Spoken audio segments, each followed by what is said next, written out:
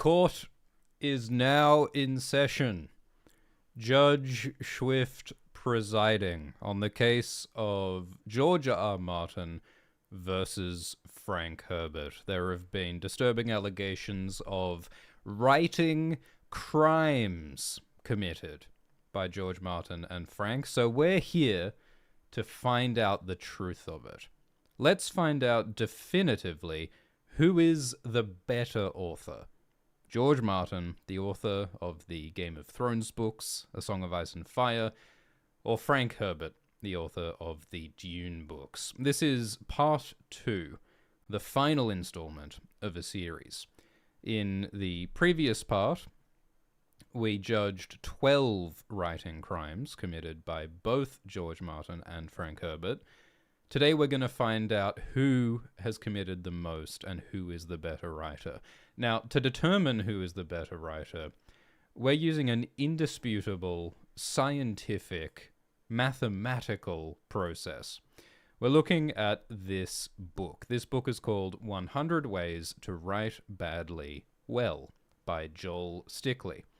So Joel has listed 100 crimes, 100 mistakes, 100 cliches, 100 things that you can do wrong while writing. For example, you can mix up your metaphors, or you can get tenses wrong, or you can you can do too much genre cliches.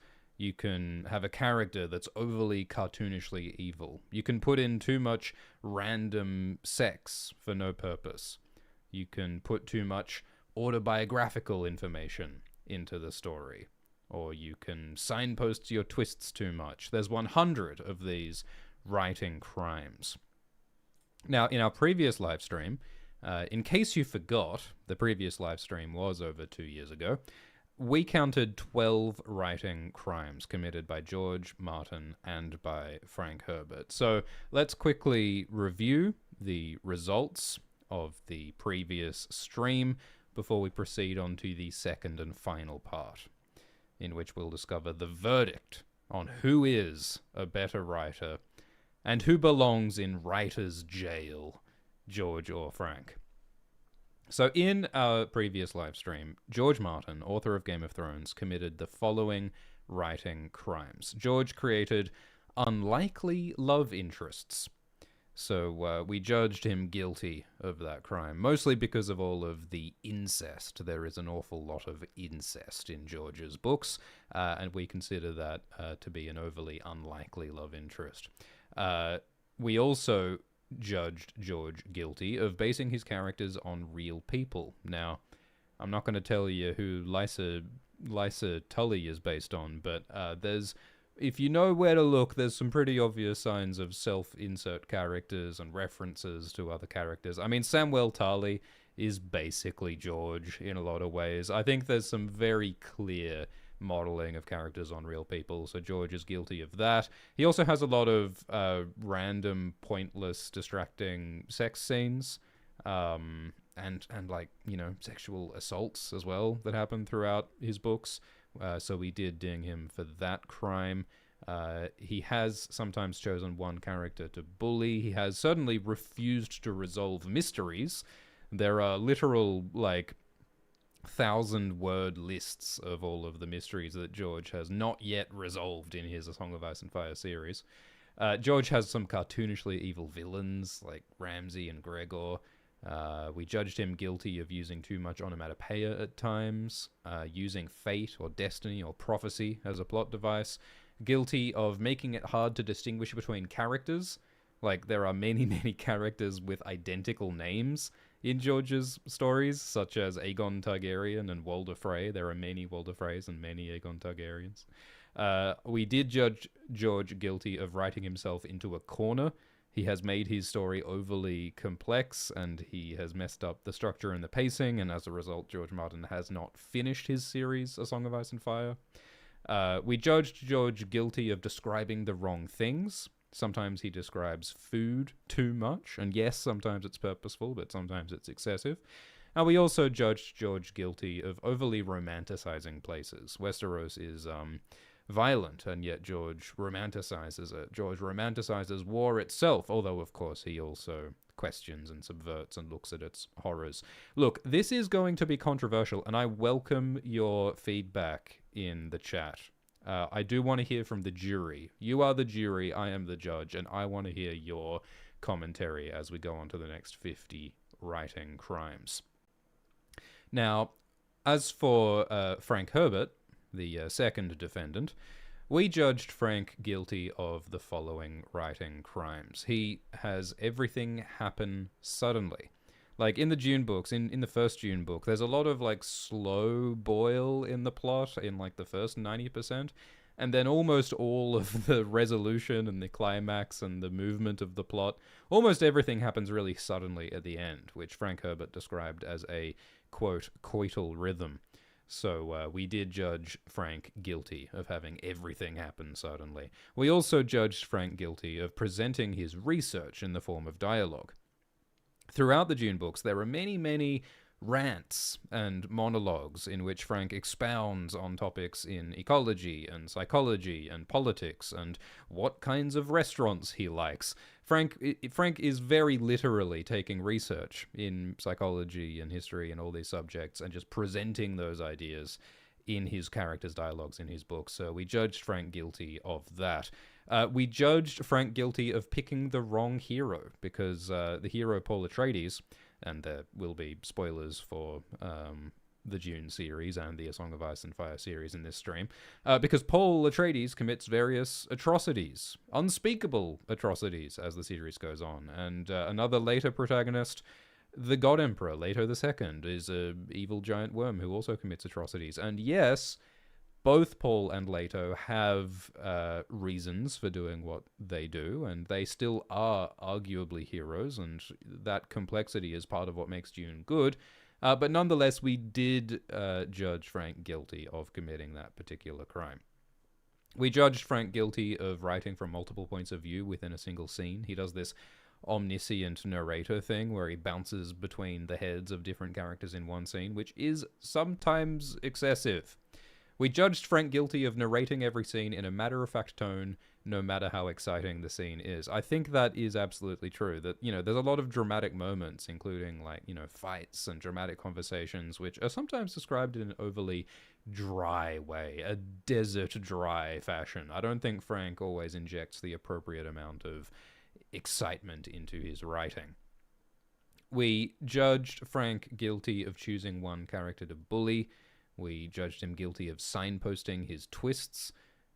Frank Herbert reveals very, very, very early on in the Dune book who the traitor is, Yui, and that Leto is going to die. And of course that is very purposeful, because it's about foreknowledge and prescience and, you know, the danger of that kind of knowledge. But we did judge him guilty of that crime. He makes his villains genuinely evil, like the Baron Vladimir Harkonnen is cartoonishly evil. He uses fate as a plot device. He burns through his plot. He describes the wrong things sometimes.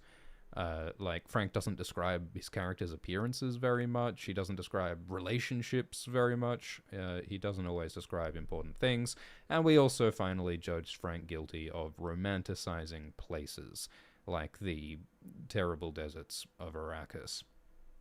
So, it's even. George and Frank, it's a dead heat. I was surprised that they're so close. So hopefully in this second and final live stream, we're going to look at these next 50 writing crimes. We are going to pass judgment on these two defendants, and we are finally going to discover who belongs in writing jail and who is the better author. I'm excited to find out the truth at last, and I welcome the input of the jury in the live chat, but I will be passing the final judgment on this particular case, and we're going to continue to be thorough, and I'm excited to find out I should have got a gavel. Why don't I should have got a gavel. Alright, that's the gavel. Court is now in session.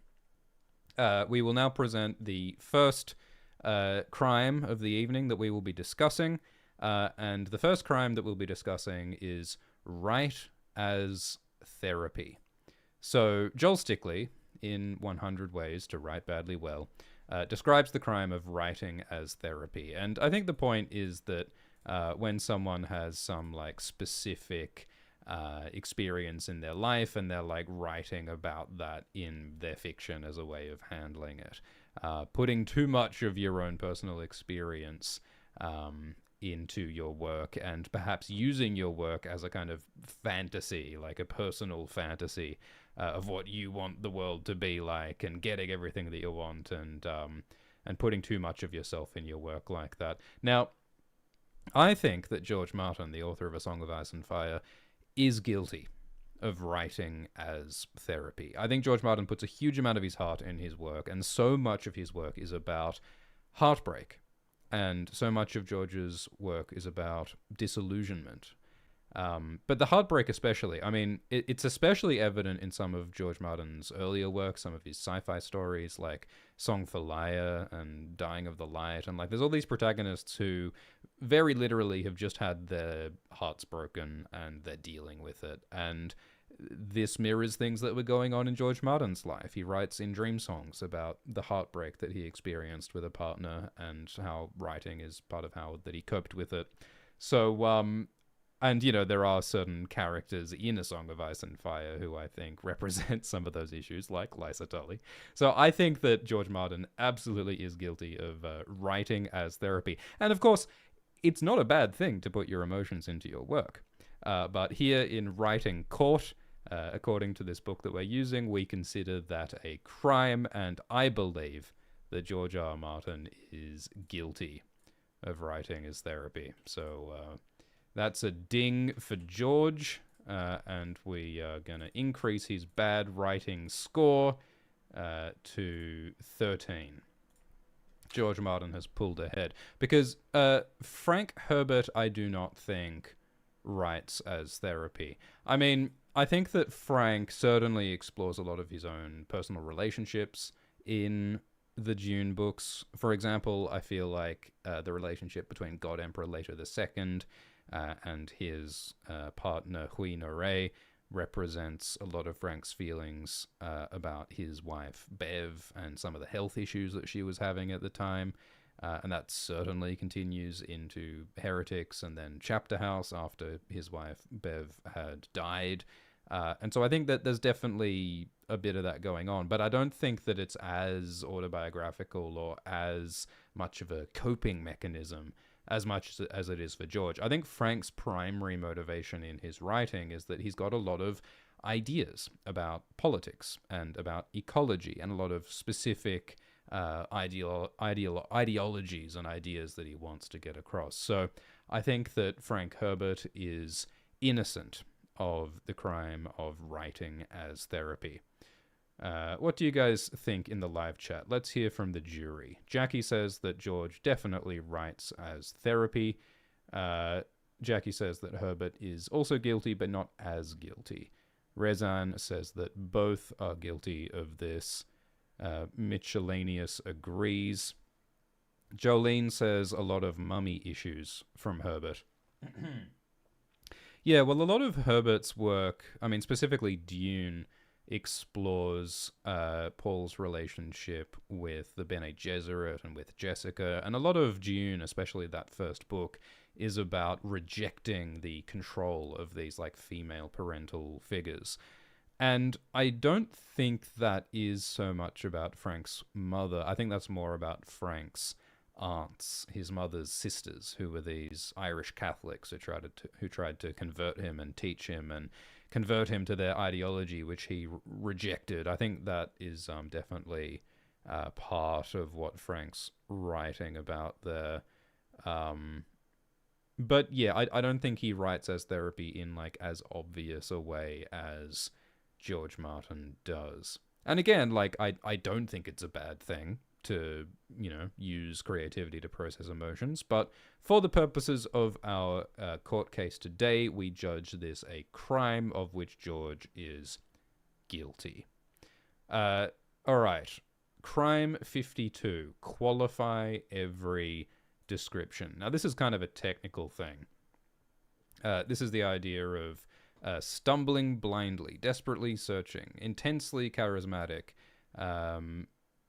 It's about putting what is it, an adverb in front of things, and yeah, it's just like awkward writing structure, which I don't think that this is something that George or Frank are guilty of, this particular sort of awkward sentence structure.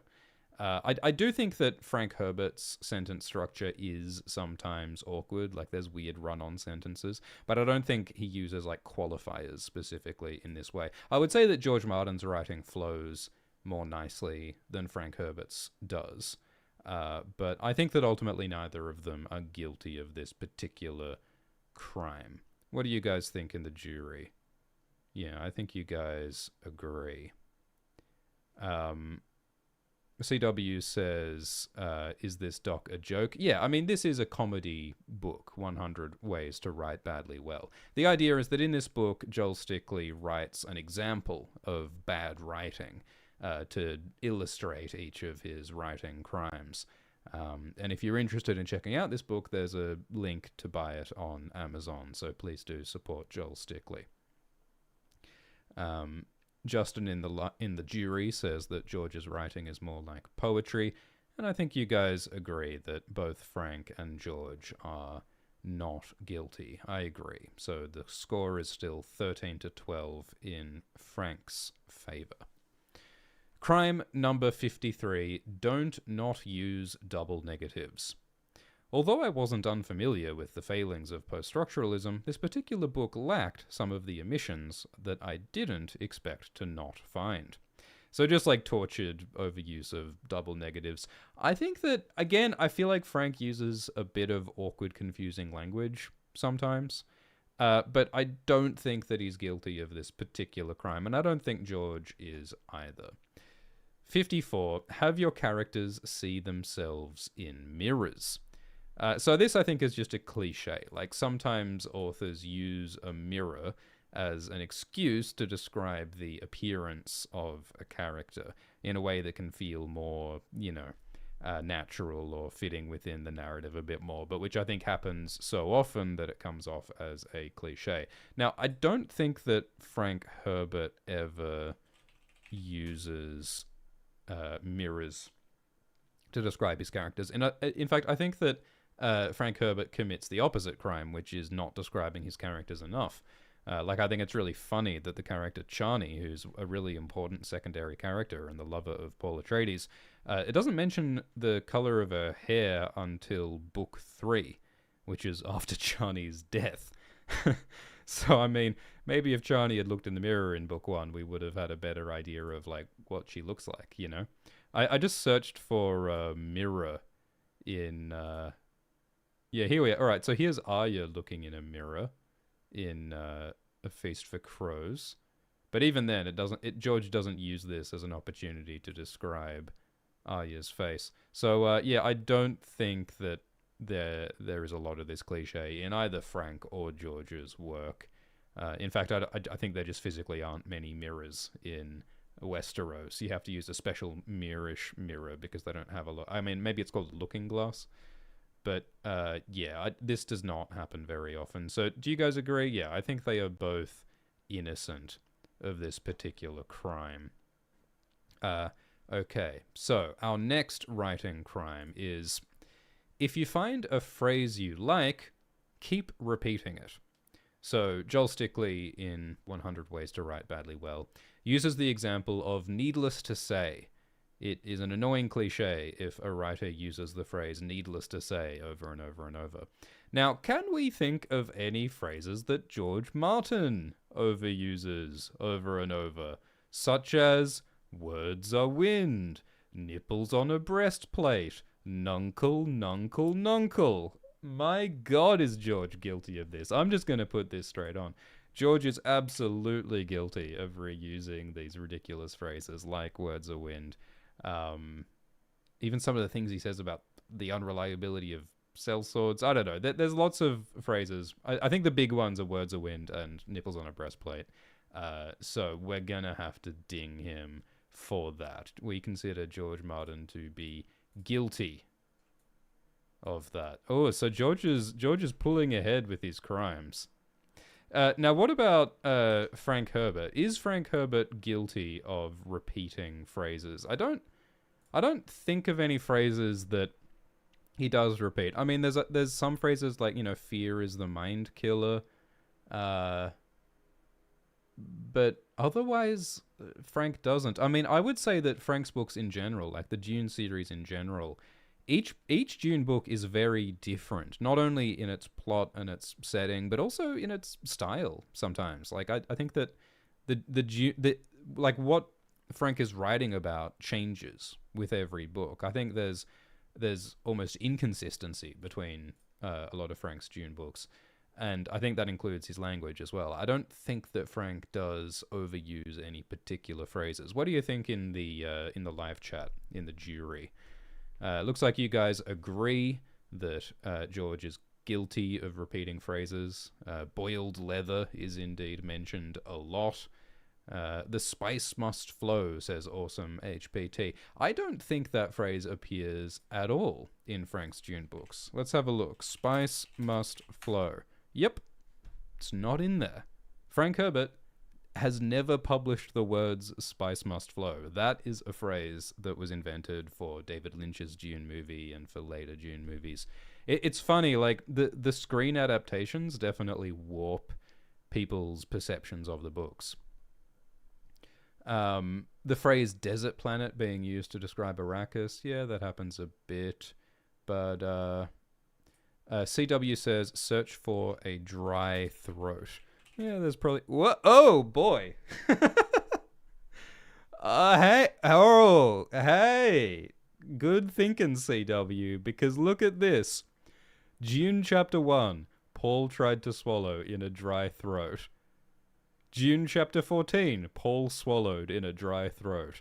Dune Chapter 17. Hawat tried to swallow in a dry throat. Again, the old man tried to swallow in a dry throat. Dune Chapter 23, she swallowed a dry throat. Dune Chapter 24, Hawat tried to swallow in a dry throat. Chapter 45, Jessica tried to swallow in a dry throat. Chapter 48, Jessica tried to swallow in a dry throat. And it continues.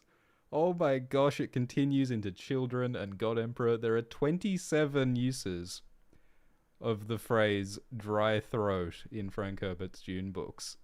Wow, I think, thank you CW for bringing that important evidence to bear. I think you might have just got him. I think we got him. I think he's guilty.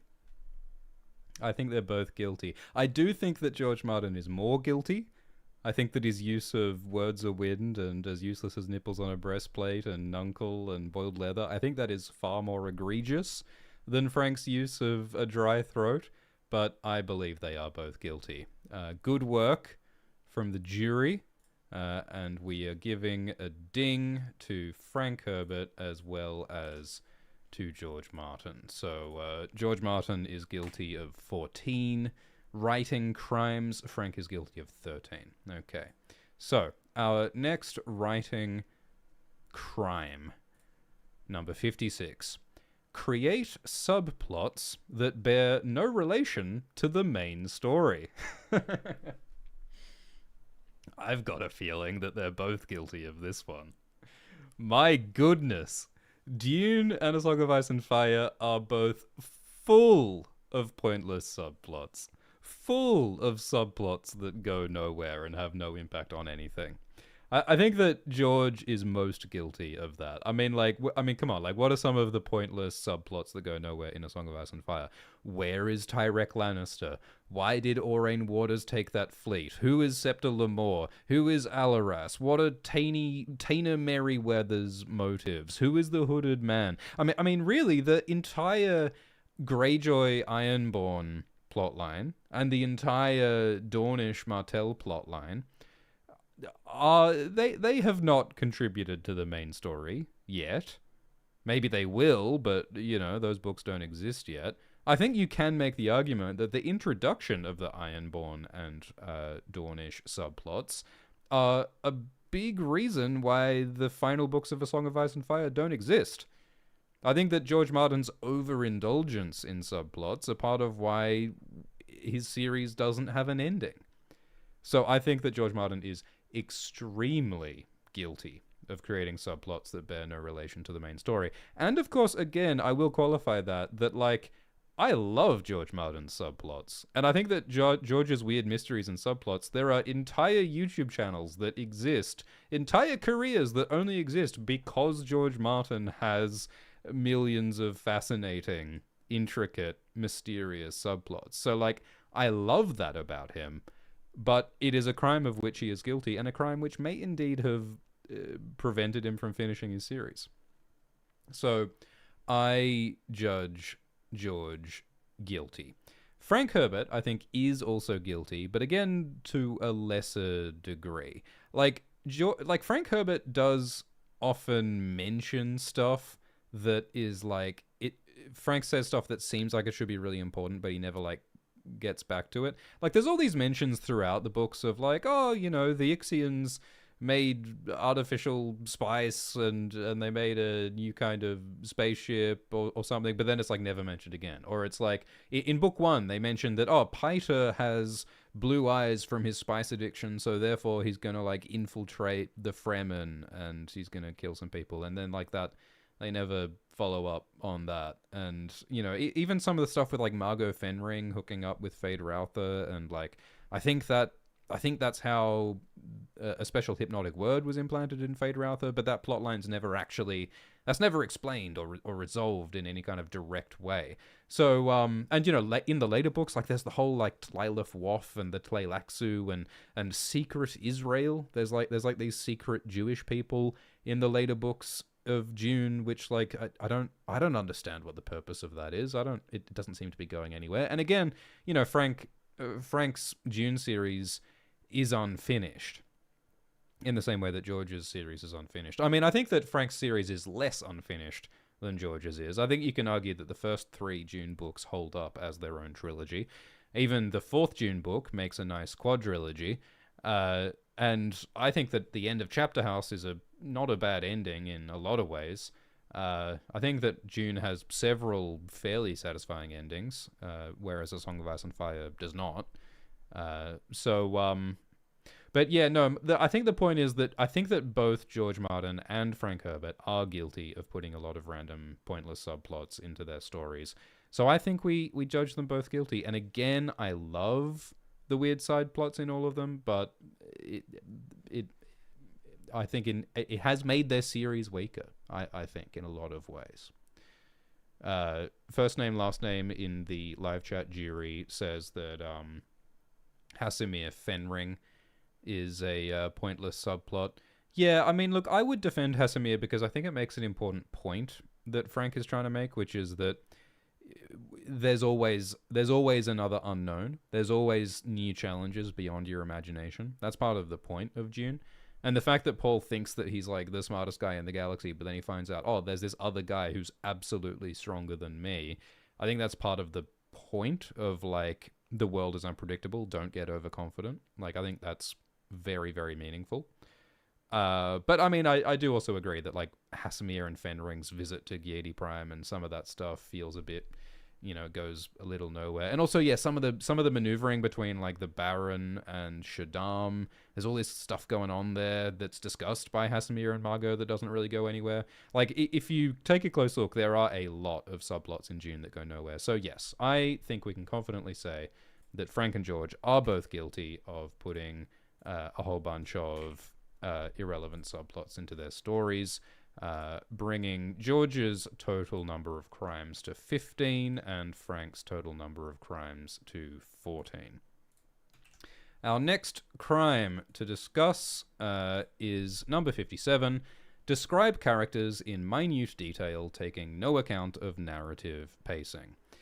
Well, that's another great example. Awesome HPT in the live chat jury says that Paul and Chani, they have that first baby called Leto II, not to be confused with their other baby, also called Leto II, because Leto II, the younger, died off screen. Yep, I actually have an answer for that. So I was reading that when Frank was first publishing Dune as a serial, his editor, Joseph Campbell, said, or John Campbell said, some stuff that changed Frank's plans, because originally Frank was planning on killing off Aaliyah, killing off Paul's sister, Aaliyah. But instead, the editor Campbell convinced Frank to not kill off Aaliyah. So my theory is that Frank decided, all right, I think that Frank was planning to have Aaliyah die at that place in the plot where little baby Leto died. But when he changed his mind, he instead removed Aaliyah from that section and instead just pasted in Leto the second. So, like, I think Frank probably should have rewritten that bit to make it make more sense. But I think he just inserted Leto the second, the younger, instead of Aaliyah, and I think that's why Leto the second, the younger, is such a weird, unnecessary diversion. I think that might be what happened. Anyway, all right, so let's talk about, does George and does Frank describe characters in too much minute detail? I think no. I mean, I think Frank is guilty of the opposite, which is that I think that Frank doesn't describe characters enough. I mean, as we've said, like, Chani's hair color is, like, it's not mentioned until after Chani is dead that she was a ginger the whole time. And also, like, you know, like, he indirectly describes characters. Like, if you sort of sit down and think about it, you realize that, oh, like, the Emperor Shaddam probably has dark skin, because his grandson Faradun is described as saturnine, and Shaddam's cousin Leto is described as having dark skin. So if you sort of piece it together, you can get a description of Emperor Shaddam as a man with red hair and dark skin who looks about 35 years old.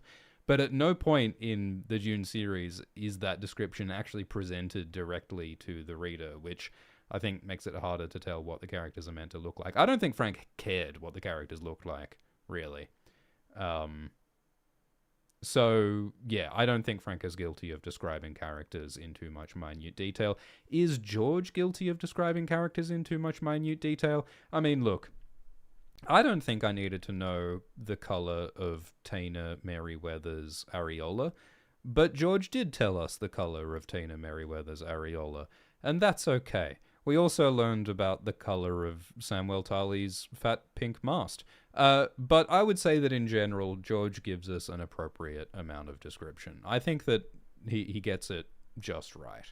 So I have no qualms with that. I just wish he was a little bit clearer about Tyrion Lannister's hair color, personally. What do we think in the live chat jury? JJ Bones says that George could be guilty, but I agree Frank is almost the opposite. Yeah, we discussed the fat pink mast. Easter egg in the live jury says that Frank only describes Chani as having elvish features like 3 times in Dune 1 alone. Yeah, that's true. I think elfin is the word that Frank uses to describe Chani. I don't think Frank decided that Chani was a ginger until Chani's children were born and described in book 3. I think that's why. Frank did not go back and rewrite sections as much as he should have. Like, I think that Dune is masterfully, like, planned out in some ways, but I think in other ways Frank was writing by the seat of his pants. And I think that sometimes Frank literally just forgot about past plot details and stuff. I mean, you got to remember that Frank was writing on a typewriter, which means that it's not easy for Frank to just, like, Control F and look for every reference that he's made or every description that he's done. It's not as easy to, like, take notes and to edit as it is now.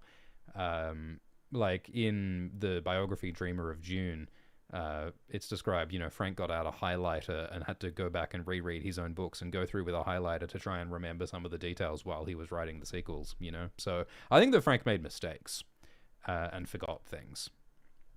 Anyway, Cosmically High says, seriously, do you really have no shame passing judgment on the dead? Why are you proclaiming him guilty?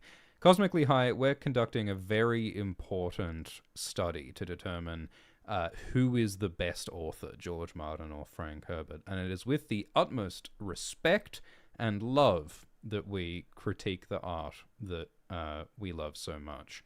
It's an act of love, I assure you. And it is with utmost respect that we excoriate both of these authors. Criticizing art is a way to love it. And not, you don't have to do it, but this is a court of law in which we are getting to the truth. And we are the jury, says Schubert. All right. So, neither of these characters are guilty of describing characters in minute detail. Crime number 53. Include unnecessary linguistic redundancies of language. So, using words redundantly means using them unnecessarily, saying the same thing twice, or saying something once and then saying it a second time. It's redundant if you say the thing unnecessarily because you're just repeating yourself. Like if I repeated myself by saying the same thing, that would be a redundancy. That's an example of what we're talking about. Now, I think that George sometimes does a little bit of this. Like I remember in our food descriptions live stream with Glidus, George Martin was talking about how the air was spiced with garlic and nutmeg, which are spices. We know they're spices. That's a little bit redundant, George. I think that George's writing is sometimes redundant because it is poetic and because it is effusive and it is descriptive, and poetry includes repetition. So, when he's describing food, when he's describing colorful banners, when he's describing beauty and glory, all of that romantic, poetic stuff that he loves describing, he does repeat himself a little bit sometimes. However, I don't think he's guilty of this kind of redundancy to that extent. Frank Herbert, I think his writing is pretty sparse. I think that, especially his descriptions are pretty sparse. I don't think he repeats himself. In fact, I think that he should give more detail, not less. I do think that Frank doesn't explain things enough sometimes, although, the whole point is to get you thinking. But yeah, no, the point is I don't think that that either Frank or George are guilty of redundancies in their language. What do you guys think? First name, last name says that the Padisha Emperor is kind of a redundancy because Padisha kind of means emperor. Yeah, but, it's a formal title and it's world building and it's another language. So, yeah, I agree. It goes hard. Radnej says that spiced with garlic and nutmeg is fine. HPT says that Frank repeated leadership and religion quite a lot. Yeah, I mean, Frank does repeat himself in the sense that he makes the same point multiple times. But I don't think that's like redundancies of language, which is more what we're describing here. Crime 59, personify every object. So this is the idea of like if you describe a boot or an item of clothing or a body part as though it is a person in its own right. For example, the feather drooping pathetically from the hat seemed to have given up any hope of escape and was now playing dead. I shuffled my shoes, which were not having the best day. And, my grimy, tactless finger hesitated over the doorbell. It's a very specific technical writing tool, which I can't think of many examples of George or Frank doing this.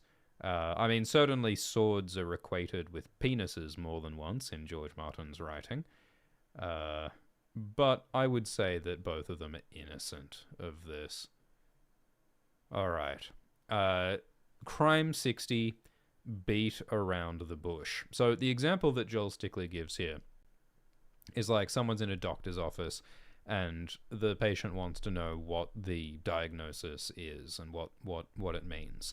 And instead of the doctor just telling the patient that, well, this is what it means and this is what you've got to do, the doctor says, well, here's the context and here's some extra detail and let's go over that. And then he delays actually getting to the point. And I think Frank might be guilty of this. Because Frank goes on a lot of monologues that take detours into, like, political rants and criticizing bureaucracies and taxation services and banging on about ecology. And a lot of his plot moments are preceded by long monologues about these various points, which does sort of leave you hanging quite often. What do you guys think in the live jury? Do you guys think Frank is guilty of beating around the bush? I mean, you can sort of argue that the whole structure of the Dune books involves a lot of beating around the bush. I mean, it's what Frank describes as his coital rhythm. Like the first 90% of the first Dune book and of several of the Dune books involve a lot of faffing around and a lot of monologues, and all the actual resolution and action and reveals all sort of happen suddenly at the end after a great deal of beating around the bush. In the live stream, jury Musty Mayo says fair, Wealth Wolf says yes, Drew says yes, Ethar says yes, Jackie says Herbert guilty, Star says that Frank is guilty of being a yapper. JJ Bones says, I feel like I was waiting the whole time I was reading Dune. Yeah. All right. The jury has spoken. I agree with the jury. Yeah, we're gonna pronounce Frank guilty of beating around the bush, bringing him up to 15 writing crimes, making him equal with George R.R. Martin. Beating around the bush. Guilty. And I think that beating around the bush is all the more obvious with Frank because Frank also tells you what's going to happen very early on. Like, as we said, Frank tells you in, like, the first few chapters of Dune that Yui is going to betray the Atreides and Leto is going to die. And it also pretty early on lets you know that Paul is going to be the chosen one and is going to lead a jihad across the universe. So so it's all the more painful to sort of wait for those things to happen when he's already told you what's going to happen, you know? And of course there are thematic reasons to do all of that, but he nonetheless is guilty of that particular crime. Awesome HPT says, no one explains what the golden path is.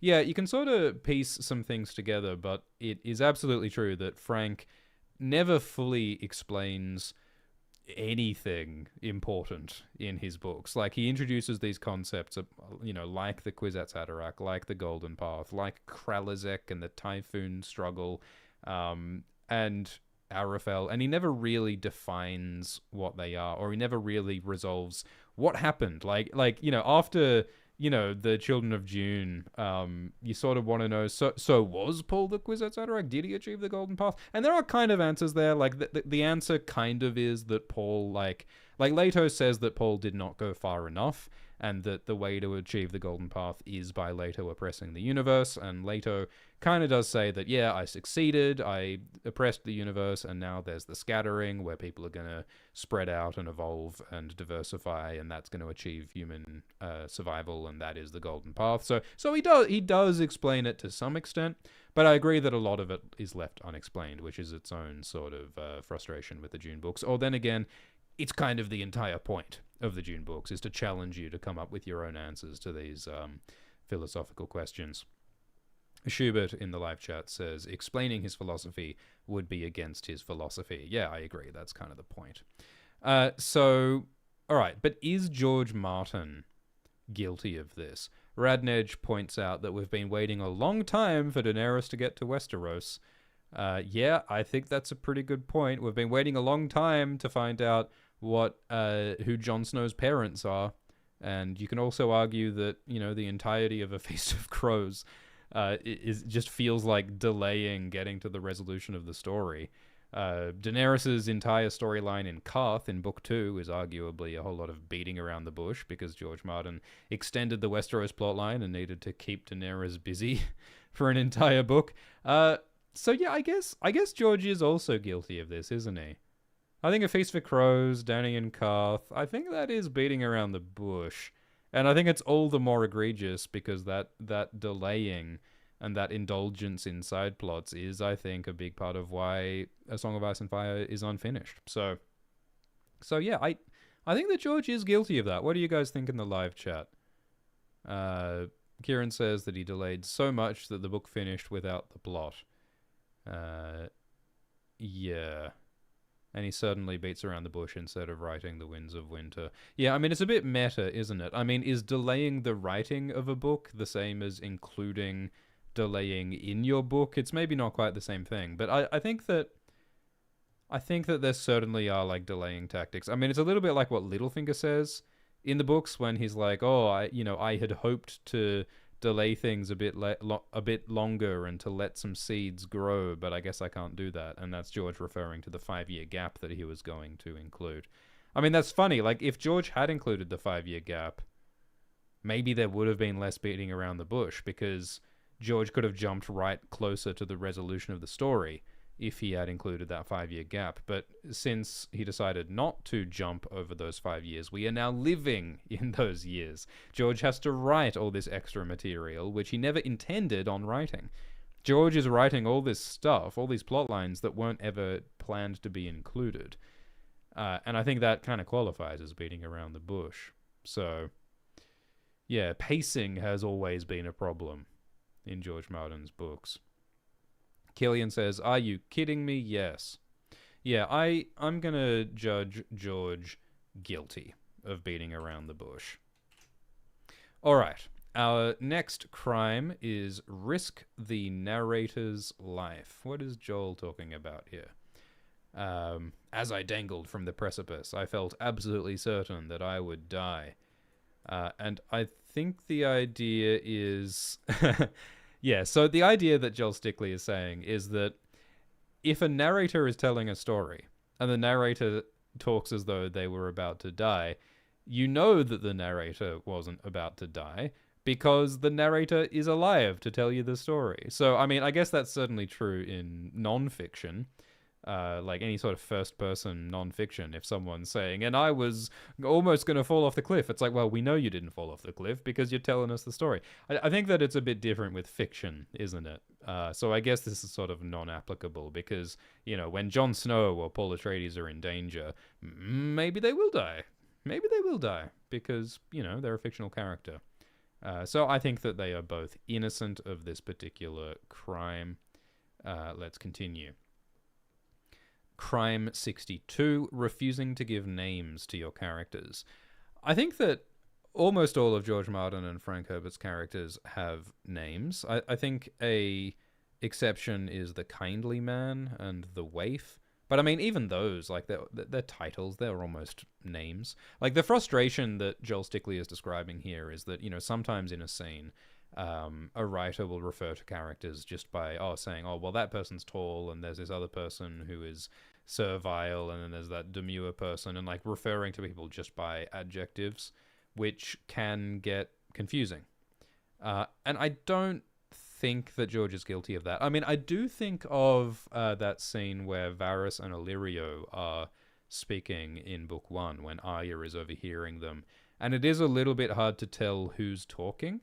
Like, is it Varys talking or is it Illyrio talking? Because we only get this description of, like, Varys's disguise with his hat, and Illyrio has a 3-pronged beard, and the dialogue jumps around and it's hard to tell who's talking when. But, I mean, that's very deliberate because Arya doesn't know who these people are, and neither do we at that point. And that's a very, very small example in a very, very long series. So I don't think that... either of them are guilty of this. I mean, many of them have epithets and stuff. But they do get names, don't they? Ethar in the live jury says that Thufia's chapter in Dune with the Fremen doesn't give names to people. Yeah, that's true. It does give names to some of the random Atreides. But yeah, I do think that they are both innocent, aren't they? Yeah. Mother Nix says, "Did you skip Herbert for 61? Did we skip Herbert for 61? Well, I think that, I don't think this is applicable to either George or Frank risking the narrator's life. And I think they are also both innocent of refusing to give names to characters. Crime 63. Getting fixated on a particular reference point.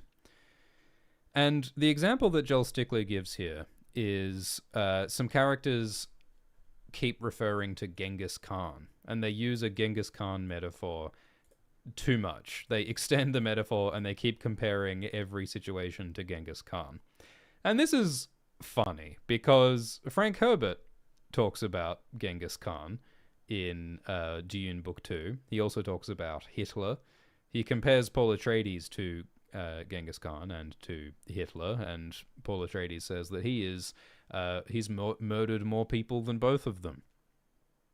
I think that Frank also bangs on about like hydraulic despotism a lot as a metaphor for like economic and ecological bottlenecks, and he does bang on about certain ecological issues. He bangs on about bureaucracies a lot.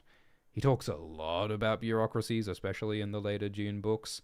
But I think that's a theme, that's a topic. I think that's acceptable. It's not the same as this example that Joel Stickler gives us, which is about, overusing a particular metaphor in a way that is just too much. I don't think there's a whole lot of that.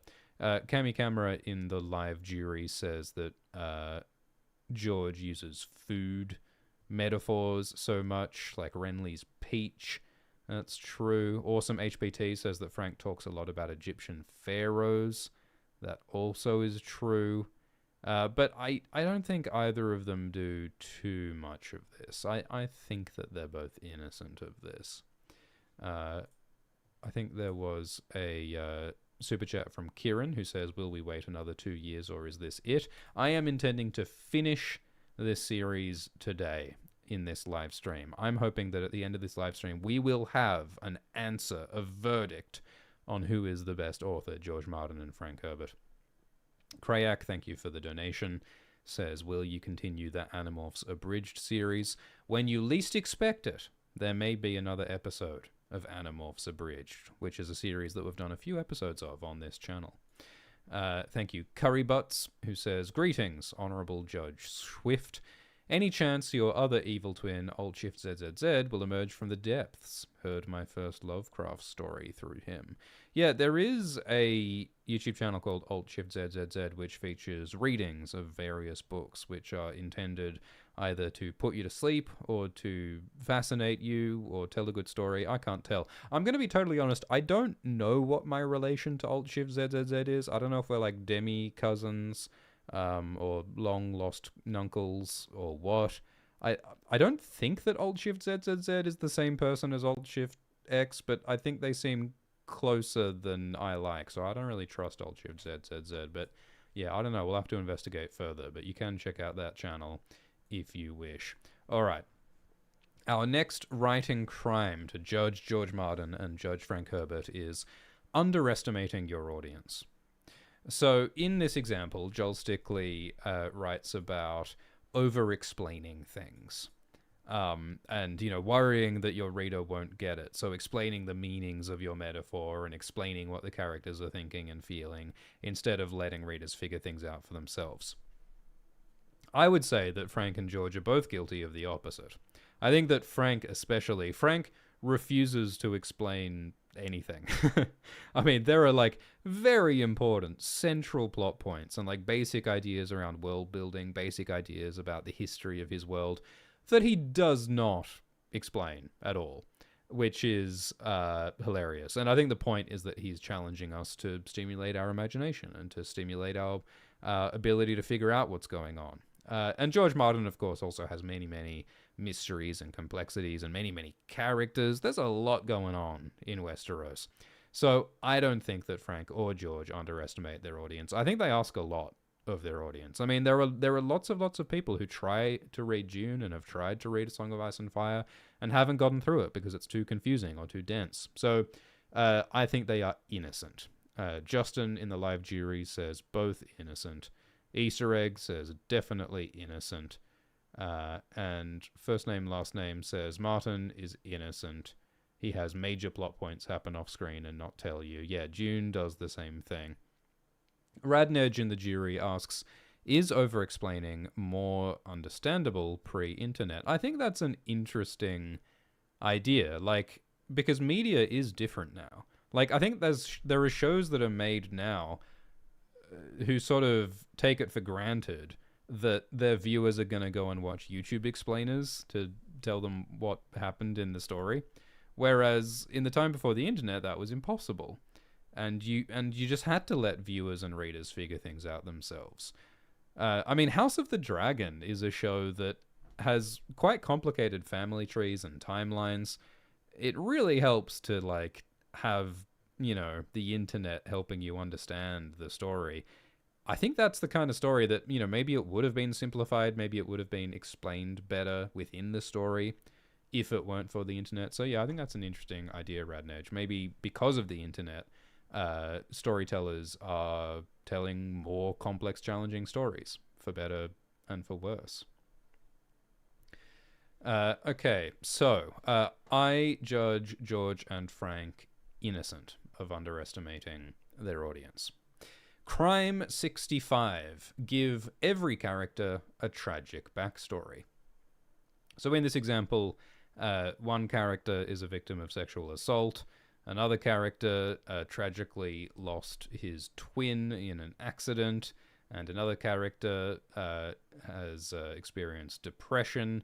And the idea is that it's just excessive when every single character in the story has some kind of tragic backstory. And I think the reason why this happens is that it's an easy way to make your reader sympathize with a character.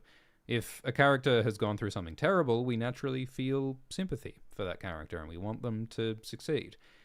Now, I don't think that Frank is guilty of this. I mean, yes, Paul and Jessica, they lose Leto and they lose the privilege of their comfortable lives in House Arrakis. And yes, like, rough things happen to Leto the Second, but I mean, that's not even backstory. I don't think that counts as backstory. And also, like, almost all of Frank Herbert's characters in Dune are literally some of the most privileged and powerful people in Frank's universe. Like, all of Frank's people, I think, are extremely fortunate in a lot of ways. I mean, Frank talks about, like, genetic superiority sometimes, and almost all of his protagonists have inherent genetic superiority. And some of them have some tragedy in their backstory, but I don't think it's excessive. I mean, I guess Wellington Yui has, like, a tragic backstory in a slightly cliche way with, like, Wanna. Maybe that's an example. Duncan, Idaho, and Gurney Halleck were both slaves who were freed by the Atreides. So that's kind of bordering on giving all of your characters a tragic backstory. But it doesn't really apply to the main characters, usually. It doesn't really apply to a lot of the side characters. So what do you guys think? Is Frank guilty of giving all of his characters tragic backstories? Yeah. Yeah. I don't think so. Easter egg in the live chat says that when Frank writes a character with a tragic backstory, it's more of an exception than a rule. I think that's true. Radnej in the live chat says that Bran Stark has a literal tragic backstory when Bran broke his back. Oh my goodness. That's in poor taste, Radnej. Yeah, alright. I judge Frank innocent of giving every character a tragic backstory. What about George R.R. Martin? I think that George Martin is more interested in tragedy. There is a lot of murder and loss in all the families in A Song of Ice and Fire. I mean, the Stark family lost Brandon and Rickard, murdered by the Mad King, and, they lost Lyanna. I mean, the tragic loss of Lyanna is so much of the reason for the entire story of A Song of Ice and Fire. And, House Martell tragically lost Elia Martell and lost Oberyn Martell, and the Targaryens tragically lost Rhaegar Targaryen. I mean, A Song of Ice and Fire, the whole thing is basically a meditation on the consequences of prior tragedies. And indeed, the main characters undergo many, many tragedies. Like, Arya loses her family and her sight, and Bran loses his legs, and Jaime loses his hand, and Brienne loses part of her face. Many characters do have tragedies, although again, I think it's different when it's backstory. Like, for most of those main characters in A Song of Ice and Fire, Bran and Arya and Jon, and like their tragedies occur in their story. We are with them as their tragedies occur, and I think that is different to this particular crime. I think the crime here is if you just tack on a tragic backstory in the history of that character as a shortcut to making us have feelings for them. I think backstory is different to like actually experiencing it. I don't think it's a crime to have tragedy. I think it's a crime to use too many cliched tragic backstories, which George Martin does have some of. What do we think in the live guilty? In the live jury, Mitchellanius says that Tyrion's wife Tysha and mother Joanna tragically died. Yeah, well, there certainly are a lot of mothers dying in childbirth, which is certainly a tragic backstory that a lot of them have. And yeah, Vanadium agrees that it's usually in the main story, not the backstory, that George has tragedy. So yeah, there's a bit of it. Drew says that the Stark children are the only characters that don't have a tragic backstory. Yeah, Cersei has tragedy in her past. I'm feeling like it's innocent. I don't think he does it to like the point of a cliche. I think that he does it quite thoughtfully and not constantly. I mean, he certainly doesn't give every character a tragic backstory. He does give us a reason to care about every character, but it's not always tragedy. A lot of his characters don't have tragedy in their backstory. So, yeah, I think this one's questionable, but I think we are not going to ding him on it. It's more of a thematic thing that he's doing, and it's not for every character. Comically High says, Alt, why is this a bad thing? The setting is in troubled times. Yeah, it's true. I mean, yeah, it's more a result of the setting. And again, like, you know, I as we said at the end of the previous live stream, just because George and Frank are guilty of 15 of these writing crimes, it doesn't mean they're bad writers. It means that they're breaking rules, and artists break rules, and that's what creativity is. And sometimes you can break rules in ways that work and make the work better, and sometimes you can break rules in ways that make it worse. And I think that Frank and George certainly have made serious mistakes in structure and pacing and writing and description and characterization. They've all made mistakes, including not finishing their respective series. It's up to you to decide whether each crime makes the work better or worse. But for the purposes of this court case, justice is blind, and this is the methodology we're using to put one of these two men in writer's jail. All right. Crime 66. Willow Billow says, nuance in my internet discussion? I forgot to put a red circle and an arrow on the thumbnail of this live stream. Cass in the live chat says that Wallace and Wooble are undecided in this matter. I have been conferring with my colleagues, Wallace and Wooble, who are also judges, and their expertise has been taken into account. But yeah, let's continue. All right. Crime 66. Subtly weave your own opinions into the narrative. Frank is so guilty. Frank Herbert is so guilty of weaving his own opinions into the narrative. This guy is constantly banging on about how much he hates the government, how much he hates the bureaucracies. In the later Dune books, there's like an entire chapter about Frank's opinions about what makes a good restaurant. Because Frank and Bev had been planning to review restaurants together. That was one of Bev's last projects, was that she was planning to write a newsletter which would have restaurant reviews, and so Frank included some of that restaurant reviewing stuff in the later books of Dune. He's constant, and he talks about like food and cooking in certain times, and like, you know, yes, like a lot of it is thematic, and it's part of the story, but a lot of the time it comes off as just ranting. I mean, he also expresses a lot of his homophobic opinions in Book 4. I mean, a lot of Book 4, like the majority of Book 4, is just the author insert character, Leto the Second, just giving long monologues about his opinions about politics and ecology and power and psychology and language and the gays. So, yes, I think Frank is absolutely guilty of putting his own opinions into the narrative. So that puts Frank at 16 writing crimes to George's 15. Now, do we think that George is guilty of putting his own opinions into the narrative? I I don't think that he is. I mean, certainly George puts a lot of his feelings into his story, and we addressed that um, earlier. But I don't think that he really bangs on about opinions. I mean, look, I know a lot more than I'd like to know about George's opinions on incest. I know a lot about George's feelings about fantasy and war. It's a very anti-war story in a lot of ways. But I don't. It's nowhere near as like in your face as Frank is in Dune. James says that being anti-war is a very common general theme, not really an opinion. Um, Everyone does this to some extent. Jackie agrees that Herbert is guilty. George is innocent. Yeah, I agree that George Martin's goal is to write a good story, and he certainly is like interrogating the fantasy genre.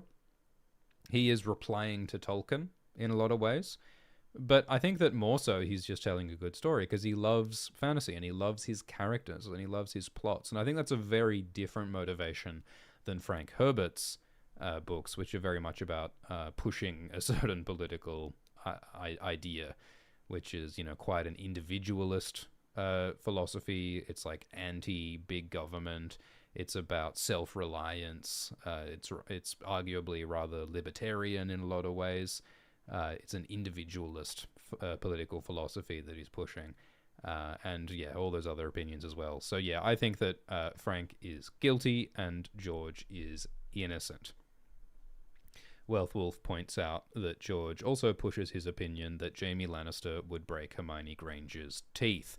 That is true. George Martin did once publish a fan fiction about Jaime Lannister defeating Hermione Granger in a fight, which originated, I think, from George feeling offended that J.K. Rowling's Harry Potter book defeated his book in an awards nomination in the past, which I think is quite funny.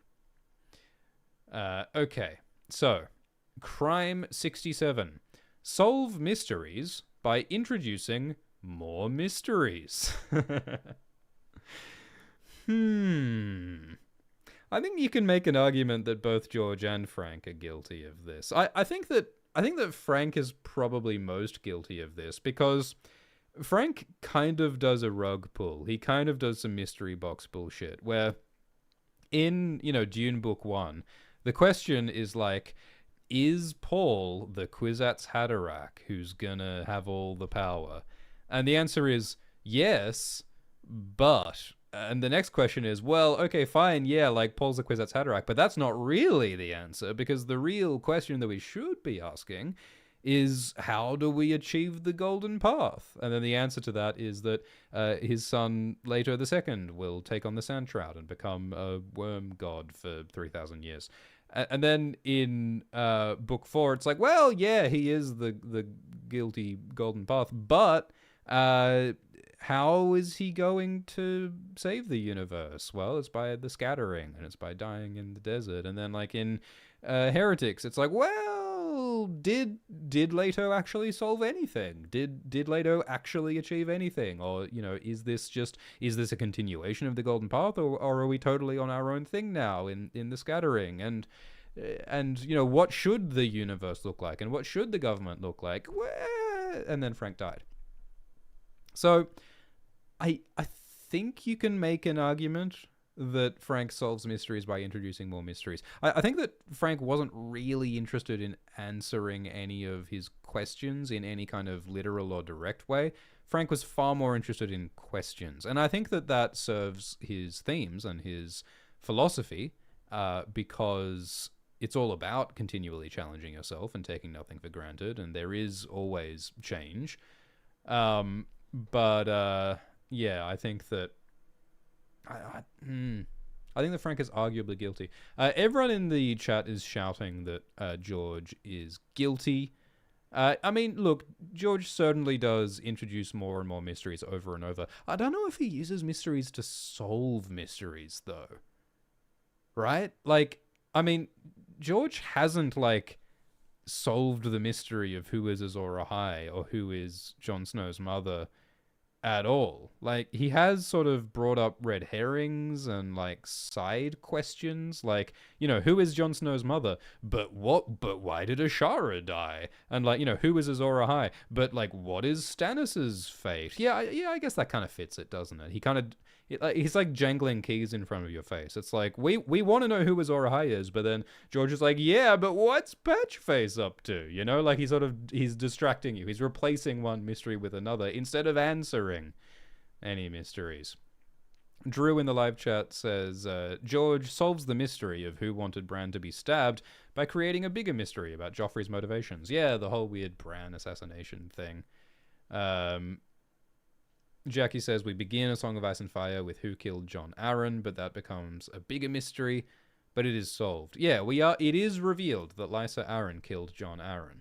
And that does lead to larger mysteries, but it is a resolved mystery. I mean, it's one of the few clearly resolved, concluded mysteries in A Song of Ice and Fire, I would say. Yeah, like it's sort of this emergent thing where the more questions George tries to answer, the more questions he generates, Comically High in the live chat says that I think you can draw a philosophical statement from Leto's ending in Dune Book 4, but you can't really draw a conclusion from A Song of Ice and Fire yet. I feel like we can sort of tell where it's going thematically about like hope in the face of despair, etc., etc. But I agree that I agree that the Dune series has more of an ending than A Song of Ice and Fire does. The Dune series states its thesis more than A Song of Ice and Fire does. It makes its point more conclusively than A Song of Ice and Fire does. I have to agree with that. So, yeah, I think that they're both kind of guilty. And the live jury is arguing that they're guilty. Killian and Salmon and Mother Nix say that George is guilty. All right, I agree with you. Sword of the Evening says that George introduces mysteries through fractal introduction of more and more characters and plots. Anders says both are guilty. All right, I'm going to side with the jury on this one. Frank Herbert is now guilty of 17 writing crimes. George Martin is guilty of 16. They are both guilty of solving mysteries by introducing more mysteries. MS Word is a pain. Okay. Crime 68. Get as much detail into your opening sentence as possible. So Joel Stickley's point here is that it's really awkward if you make an overly long, complicated opening sentence. Just for fun, let's look at the opening sentence of Dune to see how long it is. In the week before their departure to Arrakis, when all the final scurrying about had reached a nearly unbearable frenzy, an old crone came to visit the mother of the boy, Paul. That is rather a long sentence. Frank is packing rather a lot of information into that sentence. I don't think it's too bad, but he's trying to tell you that, the relation between Paul and his mother and the time frame before they go to Arrakis and then there's the crone. There's a lot going on in there. Let's look at the first sentence of the second Dune book. Despite the murderous nature of the plot he hoped to devise, the thoughts of Scatale, the Tleilaxu face dancer, returned again and again to rueful compassion. I think that's a great first sentence. Let's look at the first sentence of the third Dune book. A spot of light appeared on the deep red rug which covered the raw rock of the cave floor. Let's look at the first sentence of book 4.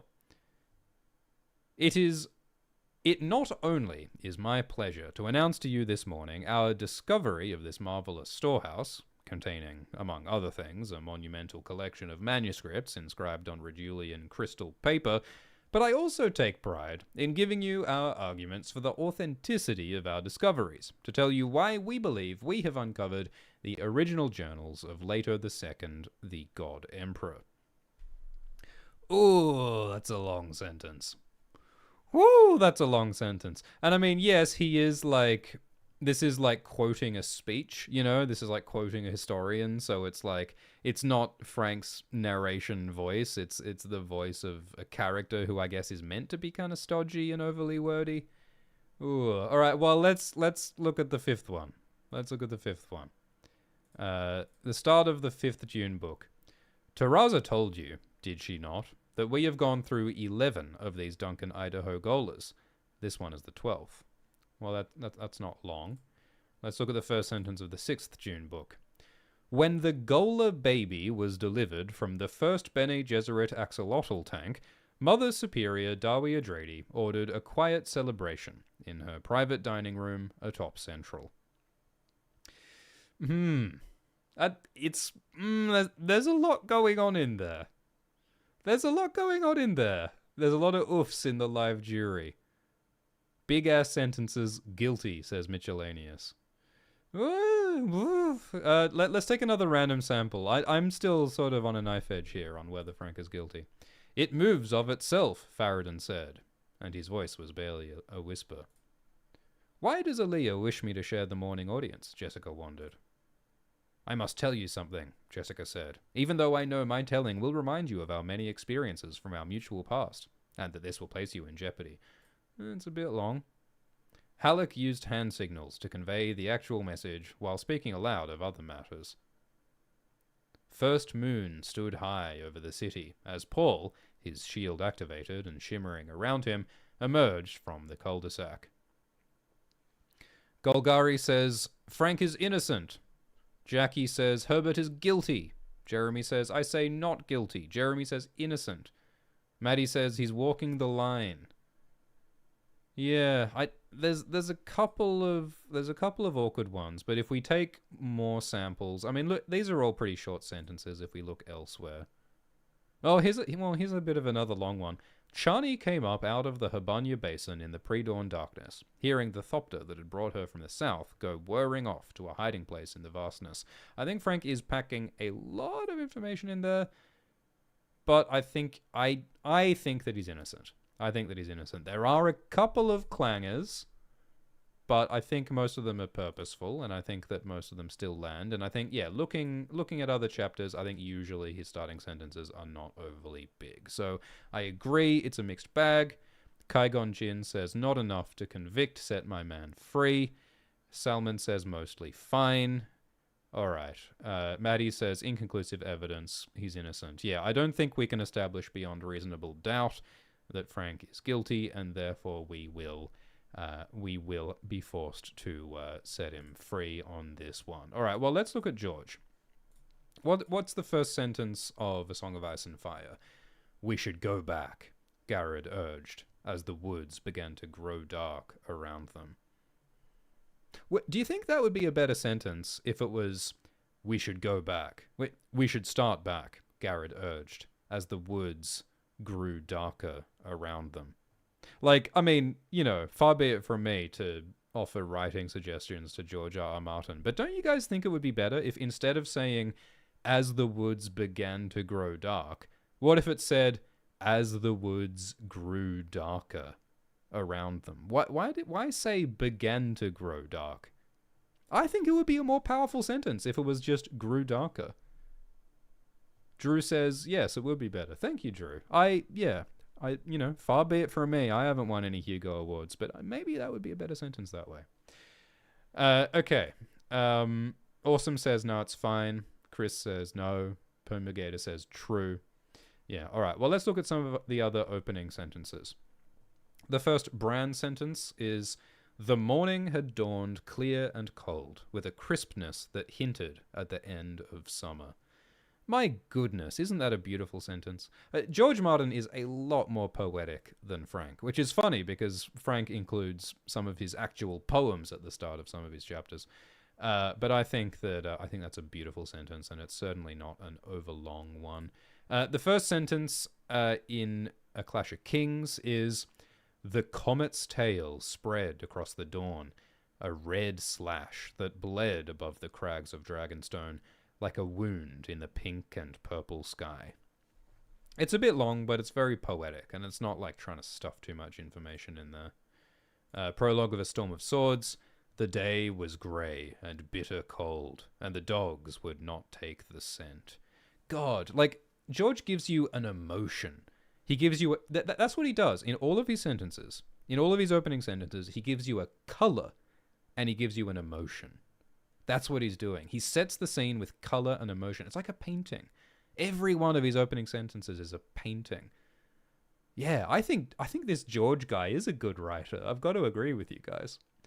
The first Jamie chapter in A Storm of Swords. An east wind blew through his tangled hair, as soft and fragrant as Circe's fingers. My God, so beautiful, so longing, so tactile, natural, beautiful smell is in there. My gosh. The first sentence of A Feast for Crows. Dragons, said Molander. Hell yeah, dragons, as the first word. What a fantastic word. Fantastic. What's the first sentence of A Dance with Dragons? The night was rank with the smell of man. Ugh. Banger. Banger sentence. Jesus. George is such a good writer. Okay, yeah. Well, I mean, isn't it so much fun directly comparing George Martin to Frank Herbert? They are... because their series are so similar in certain ways, like the ruthless politics and like the war and the epic scale, but they're also so different because George is so poetic and emotional and romantic, whereas Frank is so political and philosophical and abstract. So similar in some ways, so different in others. Such a great comparison. I'm having fun. I think this is a good analysis series, isn't it? All right. I declare Frank Herbert and George R. R. Martin to be innocent of the crime of putting too much detail into your opening sentence. I do think that Frank, he's got some overlong ones here and there, but I think that they're both innocent. Crime 69, using solipsis too much. So I think that the point of this, it's a particular technical sentence structure thing when you refer to two things at once with one phrase. I think that's basically what this is. For example, Joe Stockley was in an expensive sports car and deep trouble. So instead of saying Joe Stockley was in an expensive sports car and he was in deep trouble, he says Joe Stockley was in an expensive sports car and deep trouble. So it's like referring to two different things at once with one phrase. I'm sure there's a more technical way to explain that. So continuing, this time, he had really let his mouth and his exotic foreign lover run away with him. So he refers to both his mouth and his exotic foreign lover running away with him. So that's the very specific technical thing that's going on. I don't think that George Martin or Frank Herbert use this a lot. Maybe there's some examples. I can't think of them off the top of my head. But it's a very particular sort of wry, cute writing trick that I can see being a bit of a cliche, but I don't think Frank or George are guilty. Jackie in the live jury says neither are guilty. Yeah.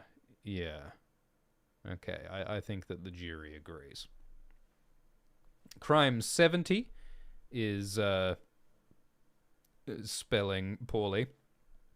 They're both innocent of this. Crime 71, lump all the dialogue and narrative together. So if you just have like no formatting and no quote marks and all of the thoughts and the description and the narration are all just mixed up together, I think that Frank does do a bit of stuff that's a little bit like that, because a lot of the Dune books are thoughts, and sometimes the internal thoughts sort of bleed into the narration, because, there's these characters who can see everything and they're describing what they see, but then the narrator is describing what is there. It's got this omniscient perspective where it's jumping between different people's heads. So you have like one person's thoughts, then another person's thoughts, and then there's objective narration, and there's dialogue, and then there's thoughts inside one character's head, and then there's what that character sees, but then there's like an omniscient narration, what that sees, and it's like, it jumps around a lot in a way that is a bit confusing. However, he does use italics to indicate thought, and he does use quote marks to indicate speech. So I don't think that Frank is guilty of this, and I certainly don't think that George Martin is, because George Martin uses each chapter is locked into a certain character's perspective, and he also uses italics to indicate thoughts and quote marks to indicate speech. So I don't think that George or Frank are guilty of this. What do you guys think? Welcome Glidus to the live chat, who says, what punishment is the loser of this trial subject to? I mean, I suppose we should probably imprison the loser in a cabin in New Zealand next to a volcano, right? I think that would be appropriate. But yeah, that is the plan. They're going to be put into writing jail. I suppose we'll have to exhume Frank Herbert if he loses, but we'll see how we go. So yeah, is anyone guilty of this? I don't think anyone is guilty of mixing up their dialogue and their narration. Crime 72. Elaborate on your metaphors. So in this example, the writer compares a person to a bird of paradise. But they describe the bird of paradise too much. They describe the specific species of the bird of paradise and what its diet is and its habitat, none of which is relevant to the point of the metaphor, which is to describe the human person in the story. So it's leaning in too much to your metaphor. And I think that you could make an argument that Frank Herbert does this, because Frank Herbert does have some weird extended analogies. But I don't think he ever goes quite this far. I'm trying to think of an example off the top of my head.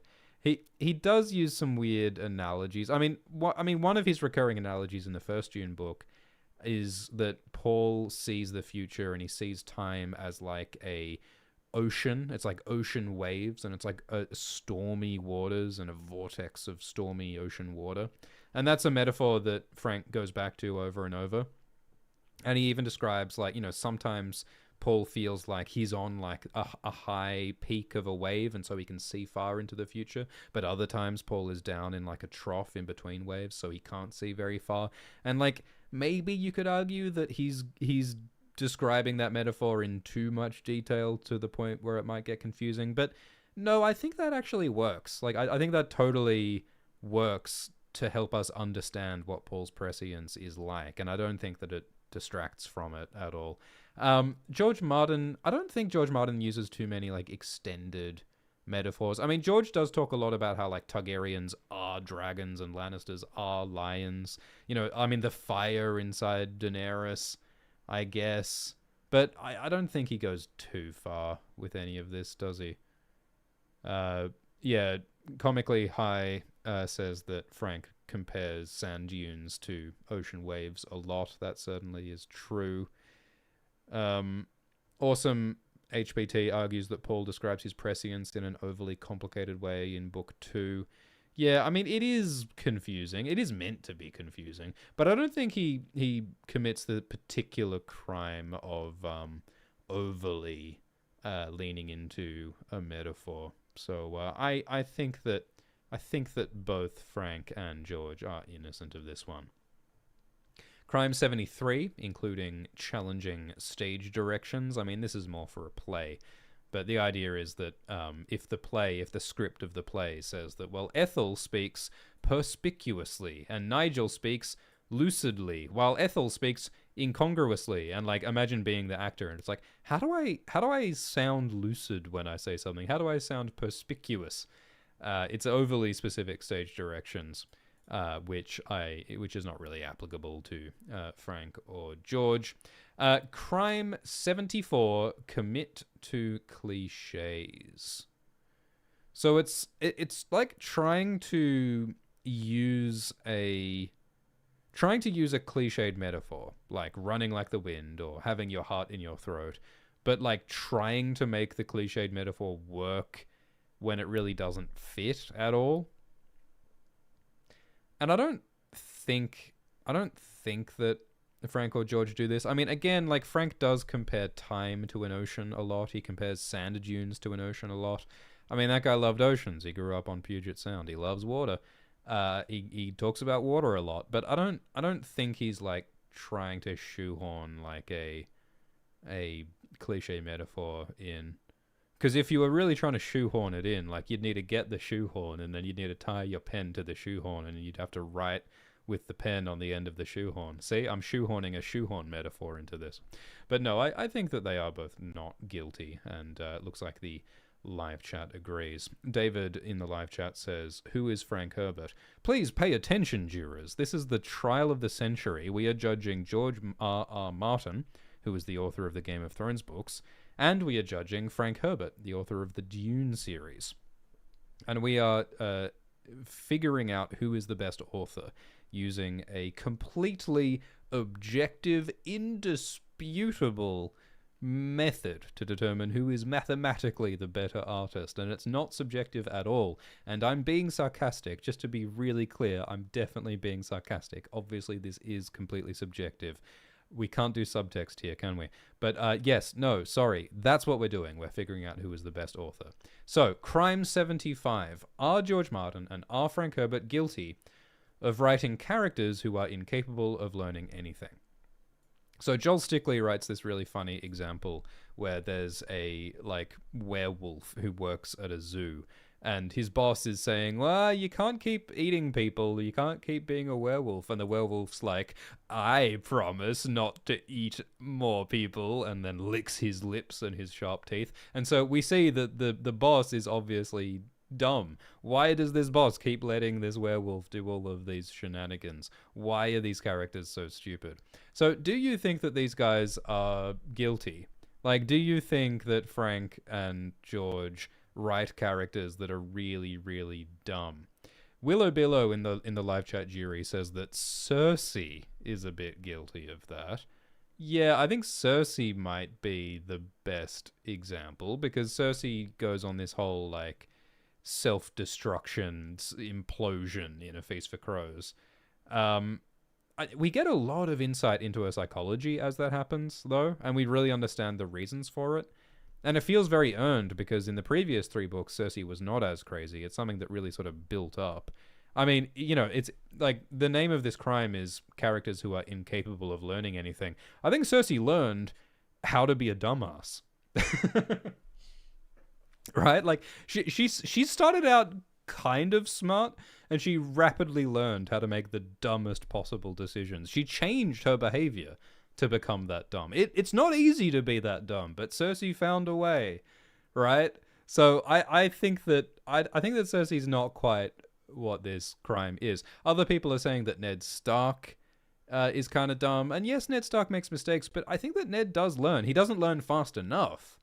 But the other thing is that it's not that Ned is dumb. It's that Ned was committed to his convictions. Ned decided that, yes, he would sacrifice himself for the sake of his daughters. He would make a false confession.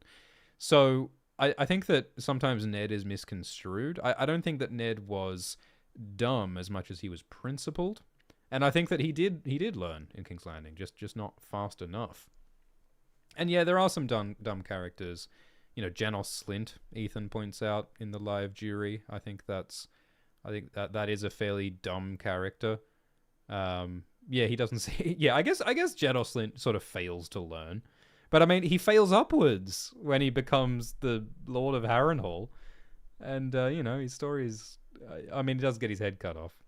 Yeah, I guess Janos Slint's an example, but he's a very minor example. So I think that they are both innocent of this. I mean, talking about Frank and Dune, I mean, the entire Dune series is about learning, and the entire Dune series is about characters being forced to change their mind. Paul changes his mind dramatically in the Dune books, and I guess Leto is pretty, like, set on his ideas, but he does experience doubt, and his plan is questioned. I think Dune's about learning and questioning, and it's also about literally, like, superhumanly intelligent geniuses maneuvering around each other. I mean, even, like, the Baron Vladimir is clever. He's just not clever enough. I guess you could argue that Emperor Shaddam is incapable of learning anything. And I guess that's kind of the point of his character, is that Frank Herbert is saying, don't be this guy. Like, Emperor Shaddam is all bluster and no substance, no learning, no insight, no self-awareness, and that's why he dies. So I guess there are characters in Dune as well who fail to learn, but the entire point is that they are the contrast to all of the protagonists who are all learning. So no, I think that they are both innocent. I think they're both innocent. All right, so let's move on to Crime 76. Are George Martin and Frank Herbert guilty of investing conversations with layers of meaning? I cannot think of anyone who is more guilty of this than Frank Herbert.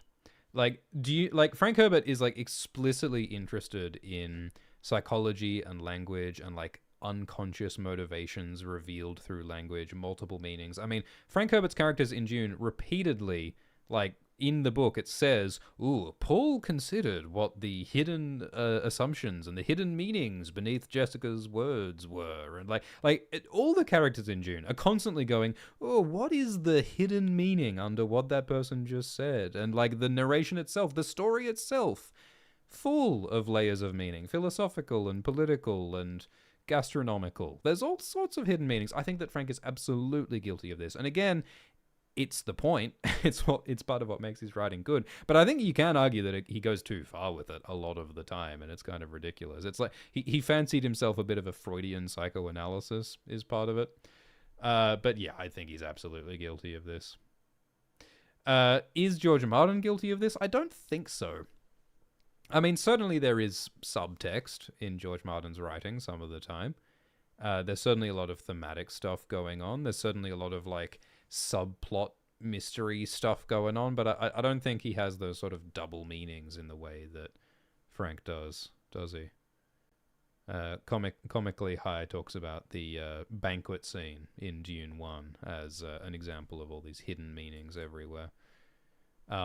And, you know, Joel Stickley in the book that we're referring to gives an example of someone's internal monologue questioning what the other person means, and it absolutely is similar. This feels like a parody. This feels like a parody of Dune. So yeah, I think that we are going to judge Frank guilty of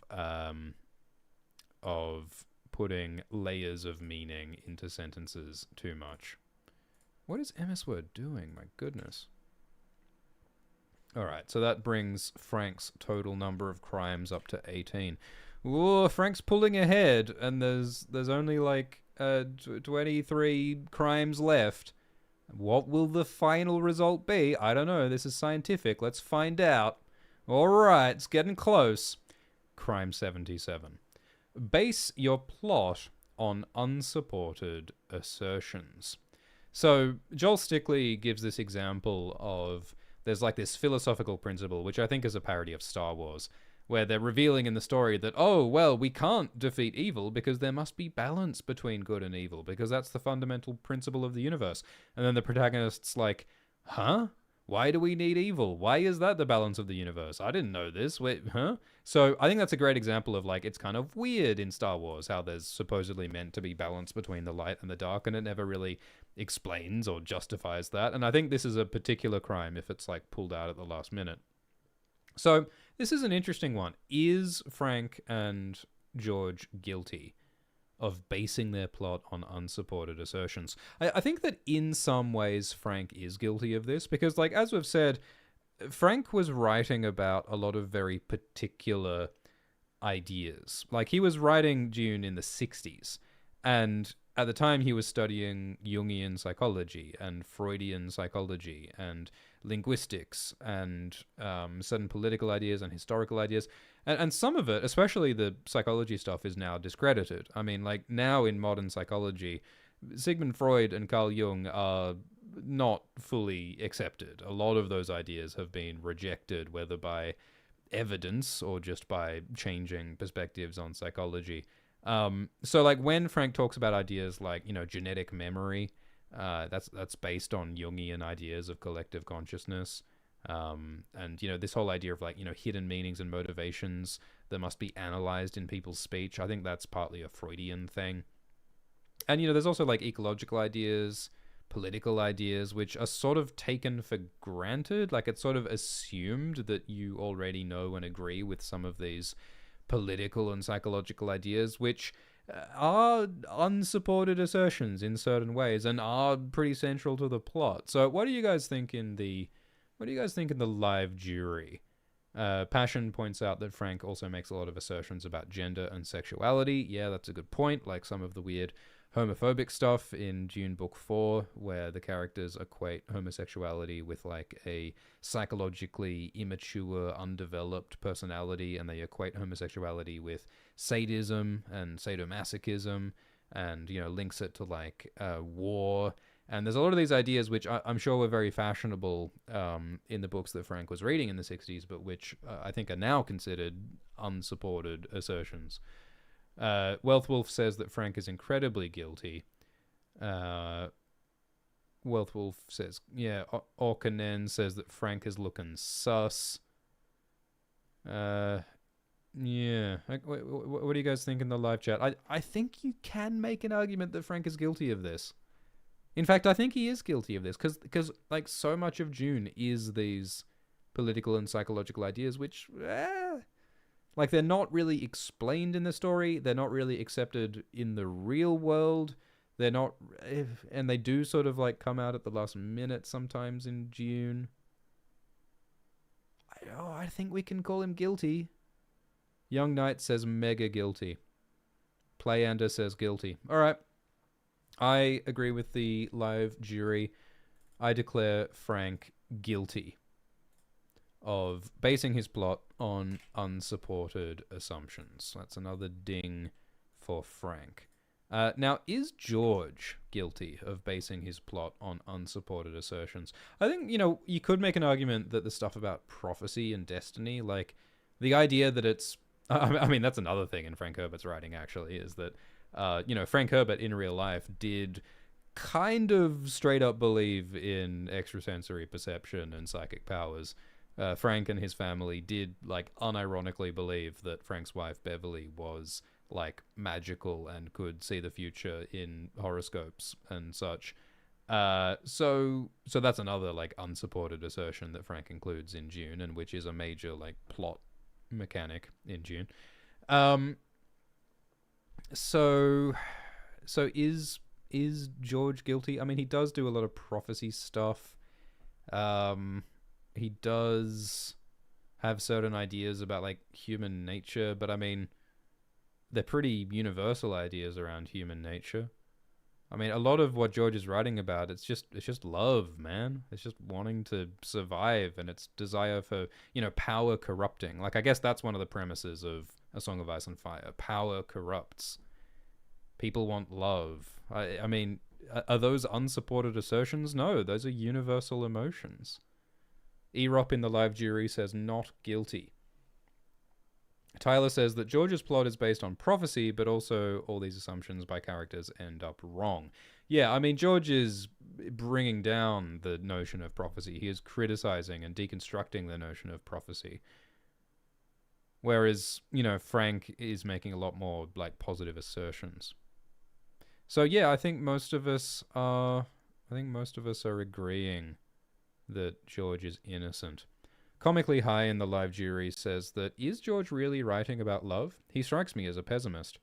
Yeah, I think that George is fundamentally an optimist and a romantic. I think that A Song of Ice and Fire is about George trying to reconcile his love and his enthusiasm and his romance with his negative experiences. George, you know, was an optimistic kid who saw the horrors and heartbreak of the real world, and he tries to reconcile that. He tries to understand how can love survive in a world that contains horrors and war and heartbreak. And I think that the resilience and the hope of his characters are about demonstrating that love can and must persist in the face of darkness and horror and heartbreak.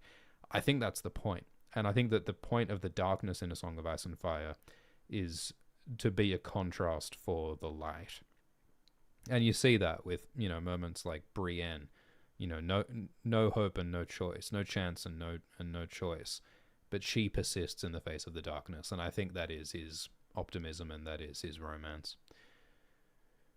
And comically High says, well, yeah, but all the noble, optimistic characters like Ned Stark get brutally murdered or corrupted. Yes, but I think that, Ned Stark dies, but I think that his children are, and his offspring are learning his values. And I think that, Jon Snow is idealizing Ned Stark's honor, and I think that Jon will succeed. I think that, Tywin Lannister, who is evil, his legacy's falling apart, and Cersei and Lannister will fail and die. So I think that, it's difficult because the series is unfinished, but I think the point is that while evil might triumph in the short term, I think that heroism and hope and love will ultimately survive and must persist. And I think that the ending of A Song of Ice and Fire, George has said that it will be bittersweet, and I think it will be ambiguous, and it will not all be happy, but I think that George's work is ultimately a celebration of love and hope in the face of darkness. So yeah, I do think that Frank is guilty of basing his plot on unsupported assertions, while George is innocent. Crime 78. Delay the ending. I mean, George Martin is guilty of this. I mean, look, the specific example that Joel Stickley gives is, the hero's about to defeat the bad guy, but then the hero, literally delays defeating the bad guy by going to the gym instead. And, George doesn't exactly literally do this, but narratively he does this. The live chat overwhelmingly agrees because, George... A Song of Ice and Fire was meant to be a trilogy. A Song of Ice and Fire was meant to be 3 books. George has now published 5 books and says, I think there's going to be 2 more. According to his original plan, we're just on the start of Act 2 in his 3-act plan, and we're in Book 5. He keeps delaying it. He introduces the Ironborn plot and the Dornish plot and Brienne's wanderings across Westeros. He writes entire side books like Fire and Blood and The World of Ice and Fire. There was a headline in 2015 that George is determined to finish The Winds of Winter by 2016. It's 2024, George. It's 2024. Radnedge says 10 points to Griffin George. I agree. So George Martin is guilty of delaying the ending. I think that, he fell in love with his characters and he wants to spend more time with his characters and more time with his world, and he wants to explore more subplots and more details, and, he's having an enormous amount of fun doing so, but it is delaying his story, and I think that that's why the series is unfinished. Now, Frank Herbert is kind of guilty of this in some ways. Frank Herbert said that Dune was originally planned as a trilogy. It's 3 books. So that's it. Exploring the story of Paul Atreides. And he wrote those 3 books. And then Dune became so popular that everyone's like, please write more Dune books. And Frank was like, well, I am pretty interested in this Leto the Second guy. So he wrote God Emperor of Dune. And he's like, but that's it. And then Dune was still really populous, and he needed money, and the IRS was breathing down his back, and he was trying to renovate a house in Hawaii for his wife Bev. And so Frank's like, all right, I'll write more books. I'll write Dune 5, I'll write Dune 6, and then he intended to write Dune 7, but then he died.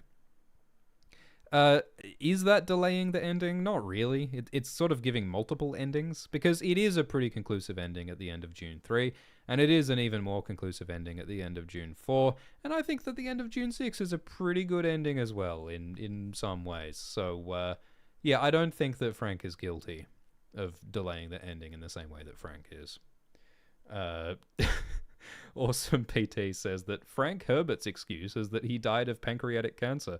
What's George's excuse? That's rough. Okay. Yeah, all right. Let's move on. Varsoon in the live jury says that Frank is such a wife guy. He was a wife guy. But not to his first wife or to his third wife. Oh boy, I sure hope that someone releases a video about Frank Herbert in the near future. Anyway, Crime 79 include passing references to major historical events. So I think that the point of this crime is... Okay, so the point of this is that in Joel Stickley's example, he puts the political philosopher Tom Hobbes like literally in the story, and they talk about plagues, and they talk about specific political acts, and like they're inserting like real history into the story in a way that comes off as distracting or cliche or shoehorned in.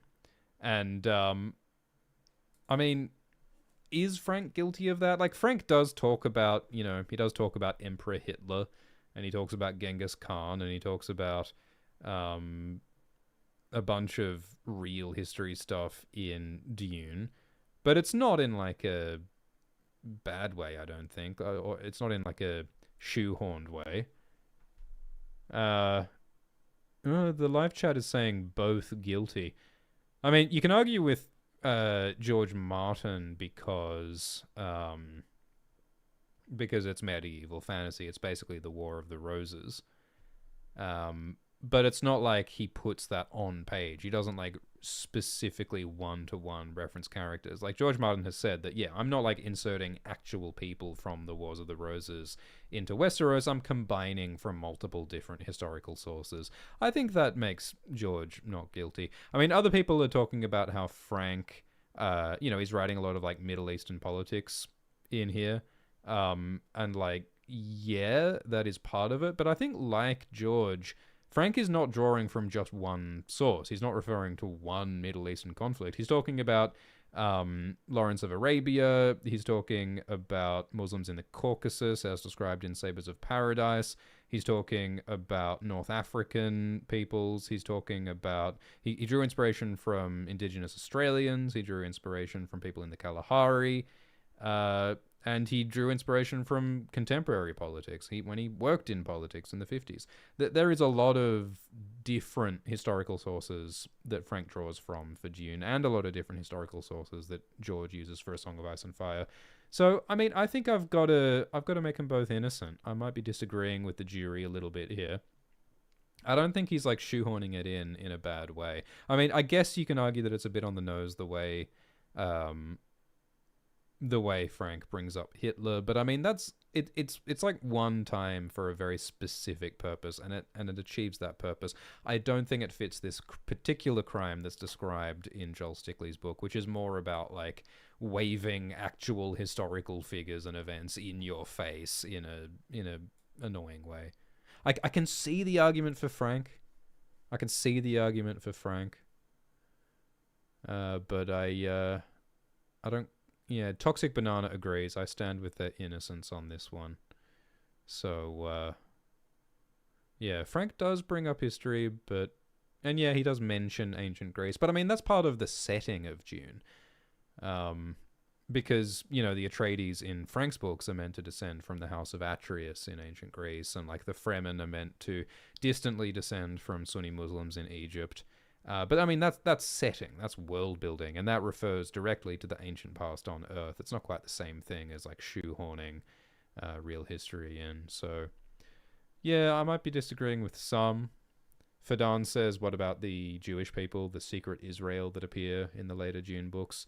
I mean, I think in the same way that's just it's Frank speculating about how religions might change and evolve in the real world, and speculating that, maybe Judaism is something that might remain in a kind of recognizable form. But I don't think that's the same as like shoehorning actual history in here. So yeah, I think that they're both innocent. Crime 80. Write in impenetrable dialect. I don't think that George or Frank do this. I'm trying to remember. I think that in the Ornithopter, when Paul and Jessica are captured by the Harkonnens in Dune 1, I think that one of the Harkonnen goons speaks in a slightly goofy accent type thing, possibly because he's deaf. But I don't think that it happens too much. And I think that George also has some characters who speak with some contractions and things, but yeah, I think that they're both innocent of this. A lot of people in the jury disagreeing with me on the history thing. Yeah, well, you're entitled to your opinion, but I'm holding the gavel. Crime 81. use your prose to showcase your poetry. Now, Frank literally puts his poetry in Dune. Some of the little quotes at the start of each chapter are some of Frank's poems. Like he writes a little elegy for the death of Leto II, and there's poetry about Muad'Dib. So he absolutely literally does this. And I think you can also question the quality of some of Frank's poems. He's not as good of a poet as George Martin, despite the fact that he's the one putting poetry in there. And I think that, the specific example that Joel Stickley uses here is that the writer inserts their own poetry into the story, and the characters compliment the poem and say, wow, what a good poem. So the writer is like complimenting themselves in the story.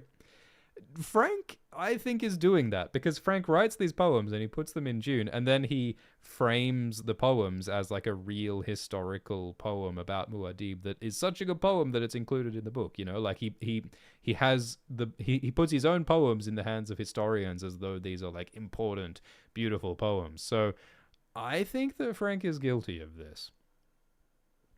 So what about George? George does put some of his songs in A Song of Ice and Fire, like The Bear and the Maiden Fair. And I guess he is doing a similar thing because he reckons his songs are so good that all these characters are singing them, Like, he reckons The Bear and the Maiden Fair is a banger, and that's why multiple people in Westeros are singing it.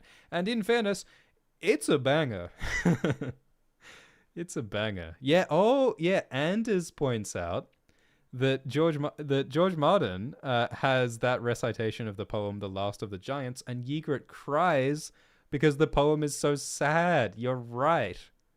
I think that is exactly the same thing, isn't it?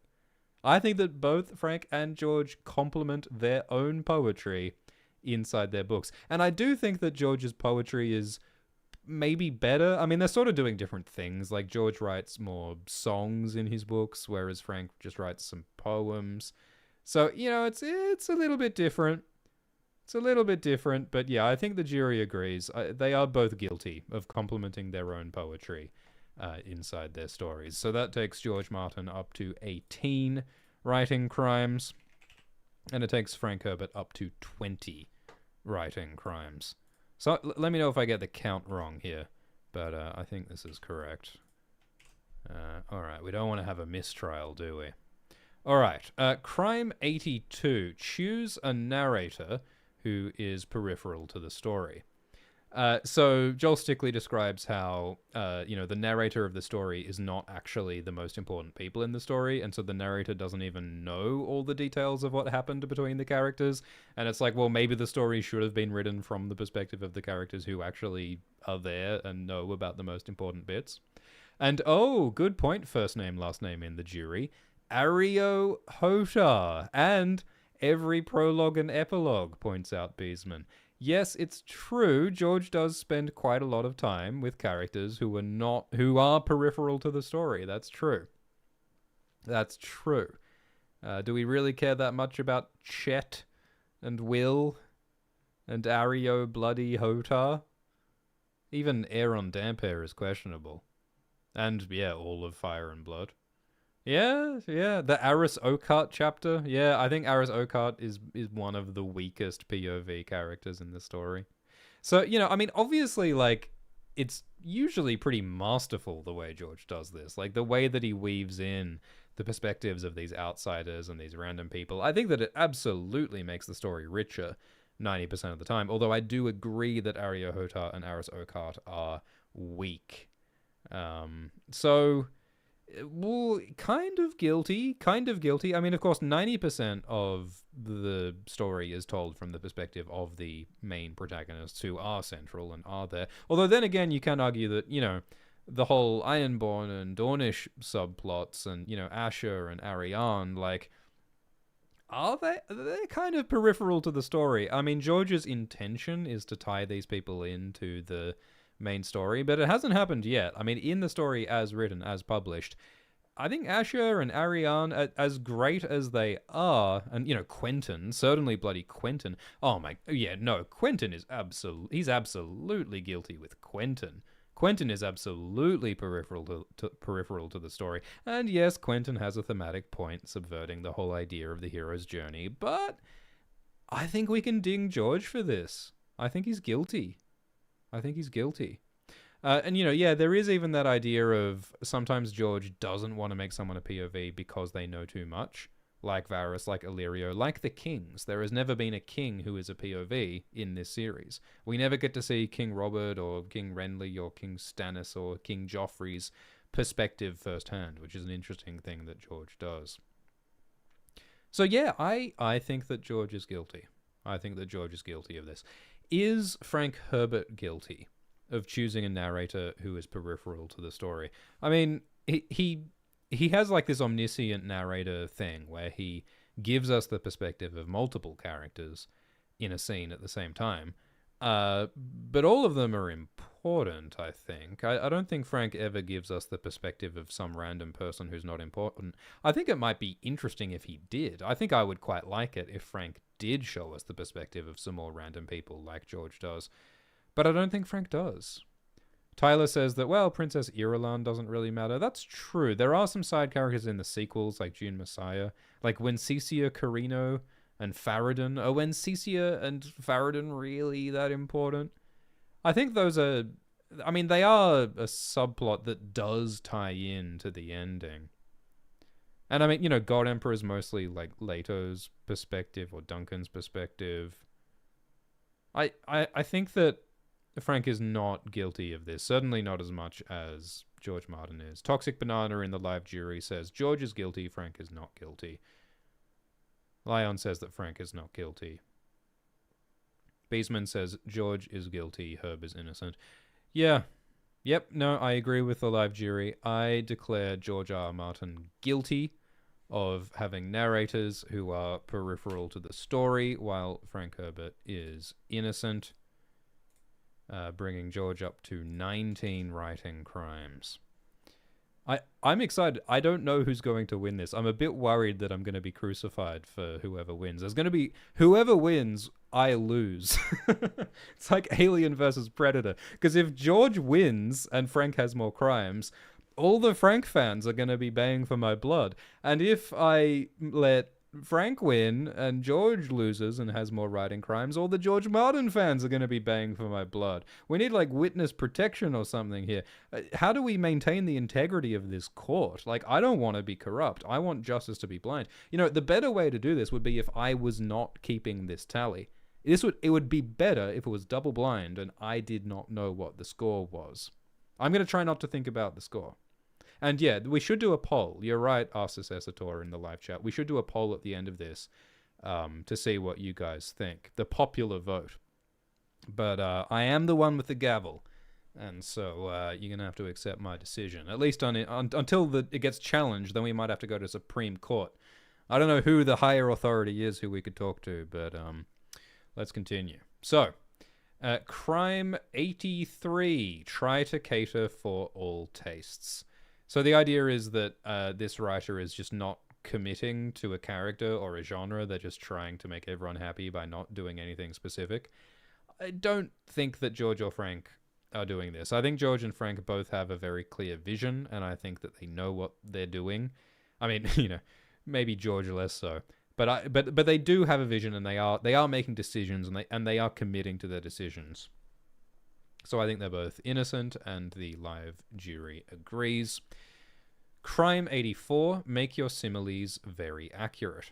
So this is like, instead of having a poetic simile, like the curtains were as blue as an ocean, it's like saying, well, the curtains were as blue as RGB hex 256, or like saying something ultra specific, like the example that Joel Stickler uses is his fingers were steepled into an upwards triangle of fingers that resembled nothing so much as some steepled fingers, which were jutted into the air between us like some jutting fingers. So the point is that the simile is so literal that it's worthless.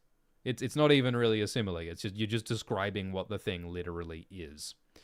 So Beach Picnic in the live jury says that beef swelling is a pretty ridiculous metaphor, but yeah, no, I don't think George or Frank do this particular crime. I don't think that they I don't think that they use similes that are too literal. I mean, I'm thinking of like, Frank describes spice harvesters as like giant beetles. He describes sand dunes as like ocean waves. George describes swords like penises. I think they all have some fairly creative, sometimes too creative metaphors. So I don't think that they're guilty.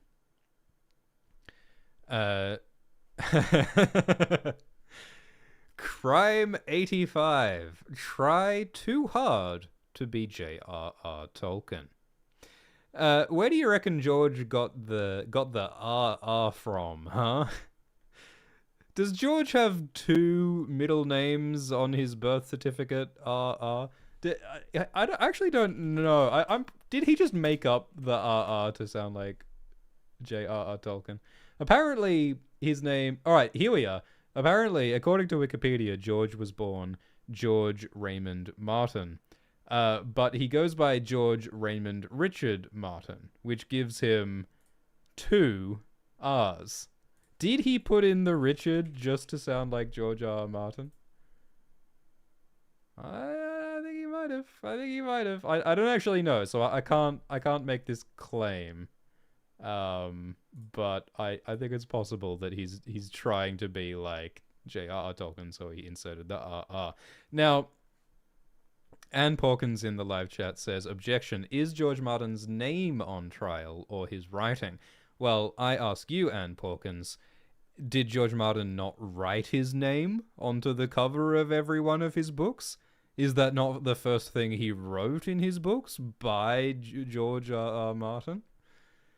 So look, George Martin is absolutely writing in the shadow of J.R.R. Tolkien. He is replying to J.R.R. Tolkien. He is deconstructing Middle-earth. He is trying to reconcile the fantasy and the wonder and the joy of Middle-earth with the horror and the heartbreak that George has experienced in the real world. He asks, how do I love fantasy and see the realities that exist in my world? And so he's very self-consciously replying to Tolkien and deconstructing Tolkien. He's also replying to a lot of other people.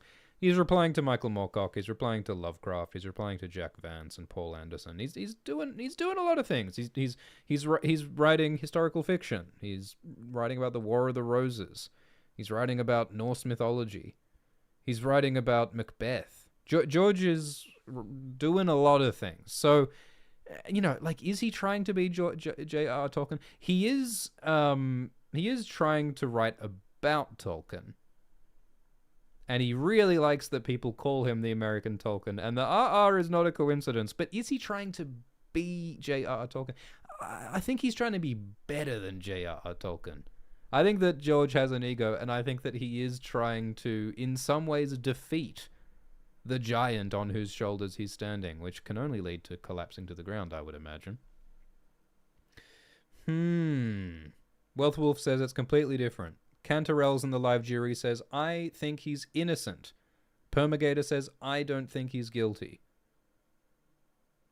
Cantarells says, subverting Tolkien is not being Tolkien. I agree. Zach says, innocent for real. Yep. I agree with the live jury. I think that George is super conscious of Tolkien and is super conscious of Tolkien's shadow and is writing about Tolkien and is writing to Tolkien. And I think the RR in his name is highly suspicious.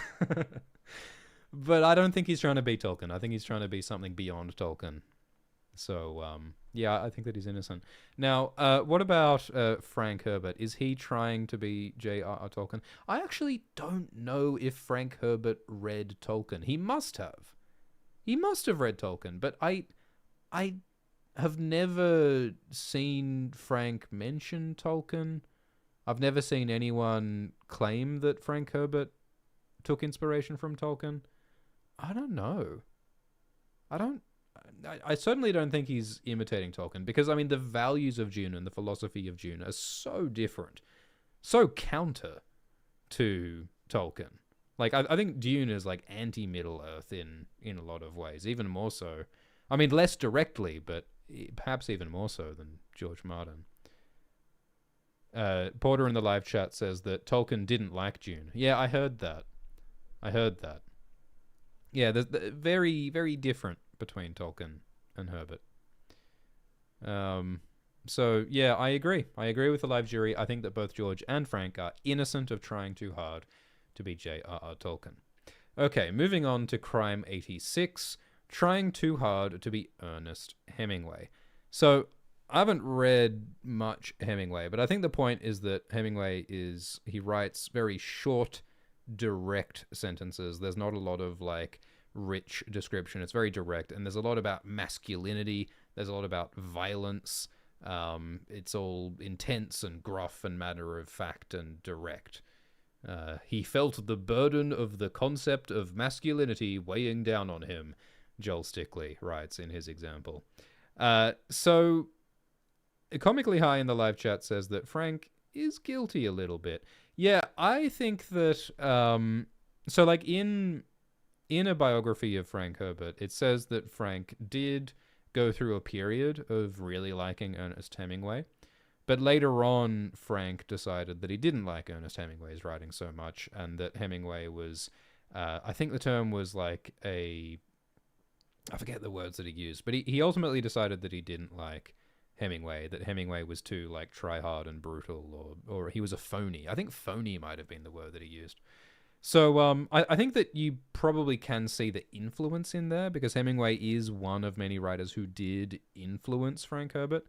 Frank does have like a sparseness and a directness and a violence to his work and a masculinity to his work. There's a lot of domineering masculine energy in Dune, at the same time that there's a lot of feminine energy as well. So yeah, I don't know enough about Hemingway to give like a deep thoughts on this, but while Hemingway was an influence on Herbert, I think it's fair to say that Frank is not trying to be Ernest Hemingway. In fact, he rejected him in a lot of ways. Ava in the live jury says that George Martin should take some advice from Hemingway sometimes. Yeah, because George is like the anti-Hemingway, isn't he? Because George indulges in rich flourishes of description, poetic, vivid language. And while there certainly is, brutality and masculinity in his work, he's also really sort of questioning and deconstructing all of that a lot in a way that, he's not trying to be Hemingway. So I think we can pretty clearly make them both, call them both innocent. Crime 87, trying too hard to be P.G. Wodehouse. I have not read P.G. Wodehouse, but I think the example that Stickley gives is like some kind of... It's a bunch of aristocrats talking to each other in a very silly dialogue that bounces around. Indeed, old fruit, how the devil... The chair of the Haveringminster Cricket Association was talking to the Duke of Normington. British aristocrats or something. I mean, George is writing about English history and English aristocrats to some extent, but this is not at all the tone that George writes with, is it? And I don't think Herbert does either. So, yeah, I think they're both innocent of this. Crime 88, trying too hard to be James Joyce.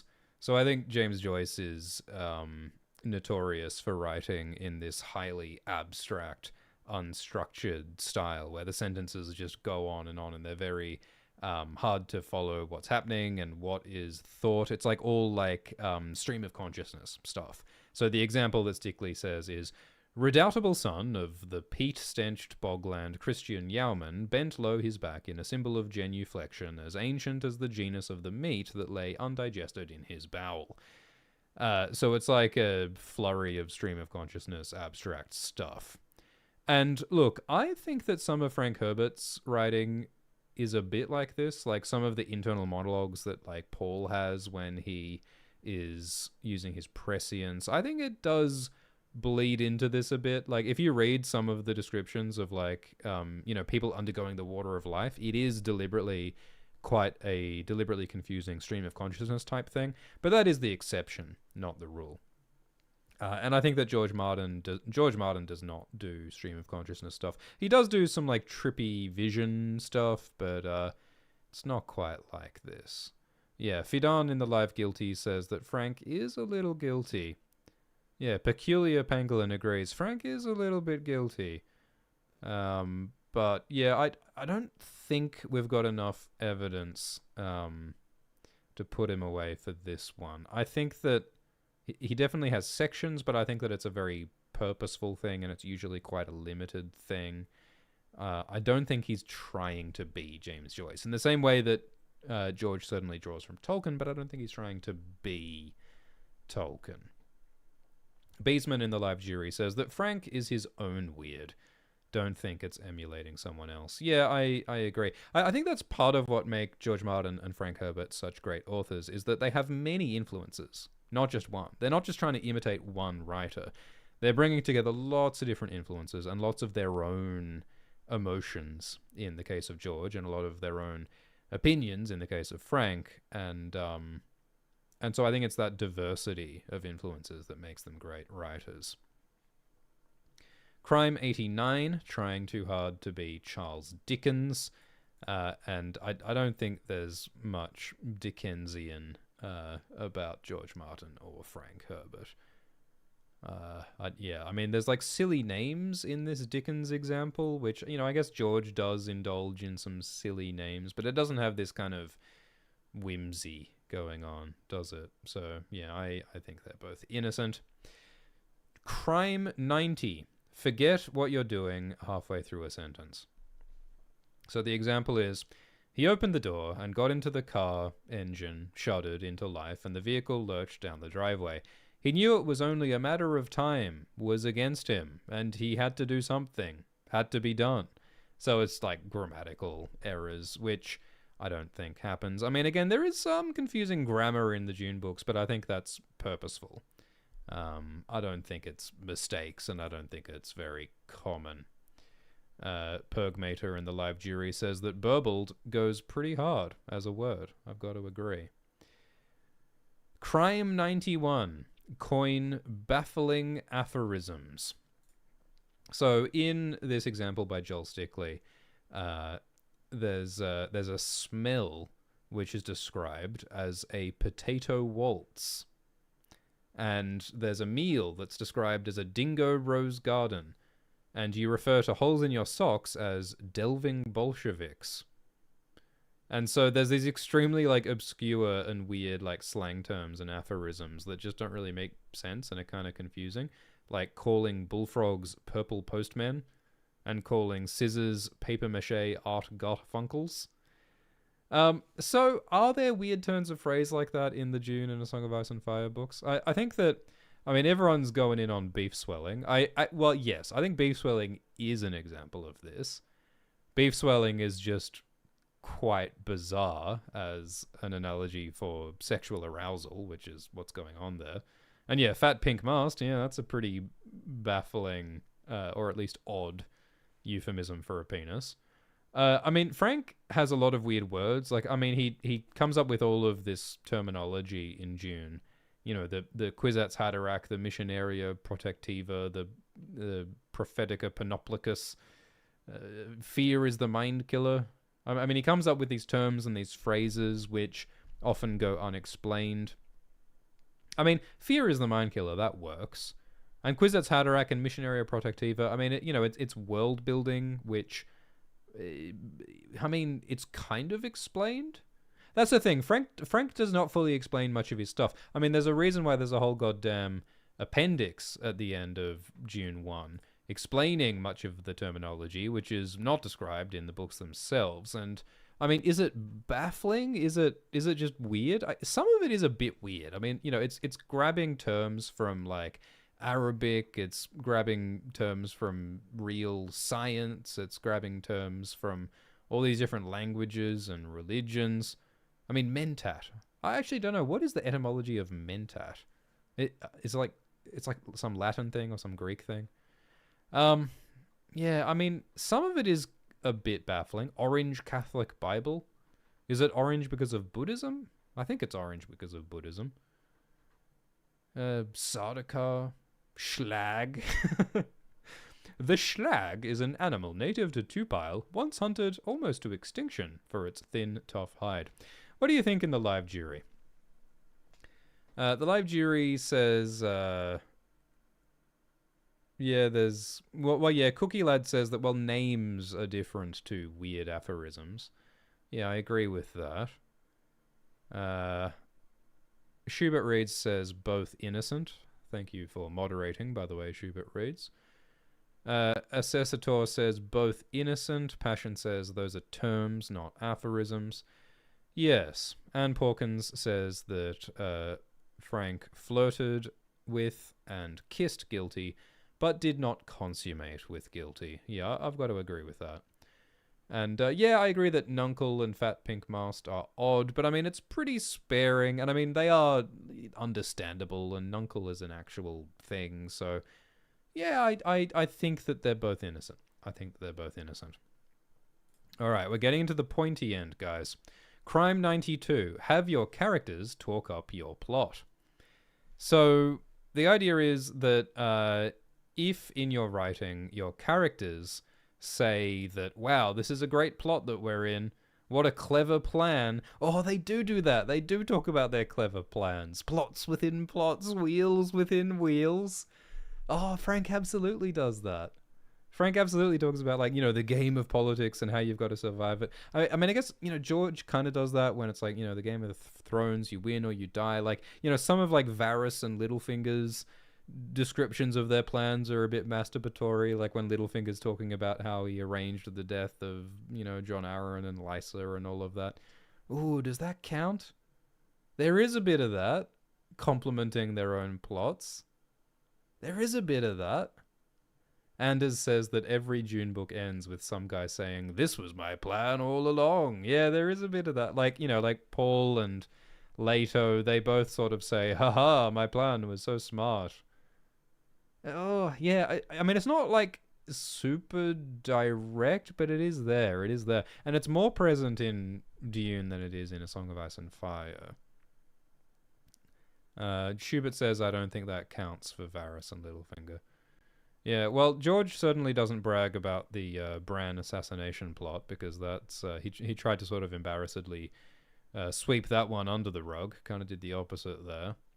And yeah, it's more about the characterization. It's about the egos. I think that Frank is definitely more guilty of this than George is. I don't know if that Frank is guilty enough to be convicted for it. Does he talk up his plot? I mean, in some ways he sort of ignores the plot, because it's not about the plot so much. It's more about the ideas and the philosophy. Like, I think that many of the characters are like these, haha, I'm so smart, I'm so superior, my philosophy is so superior, my plan is so superior. Is it the same thing as, like, saying the plot is great? What do you reckon?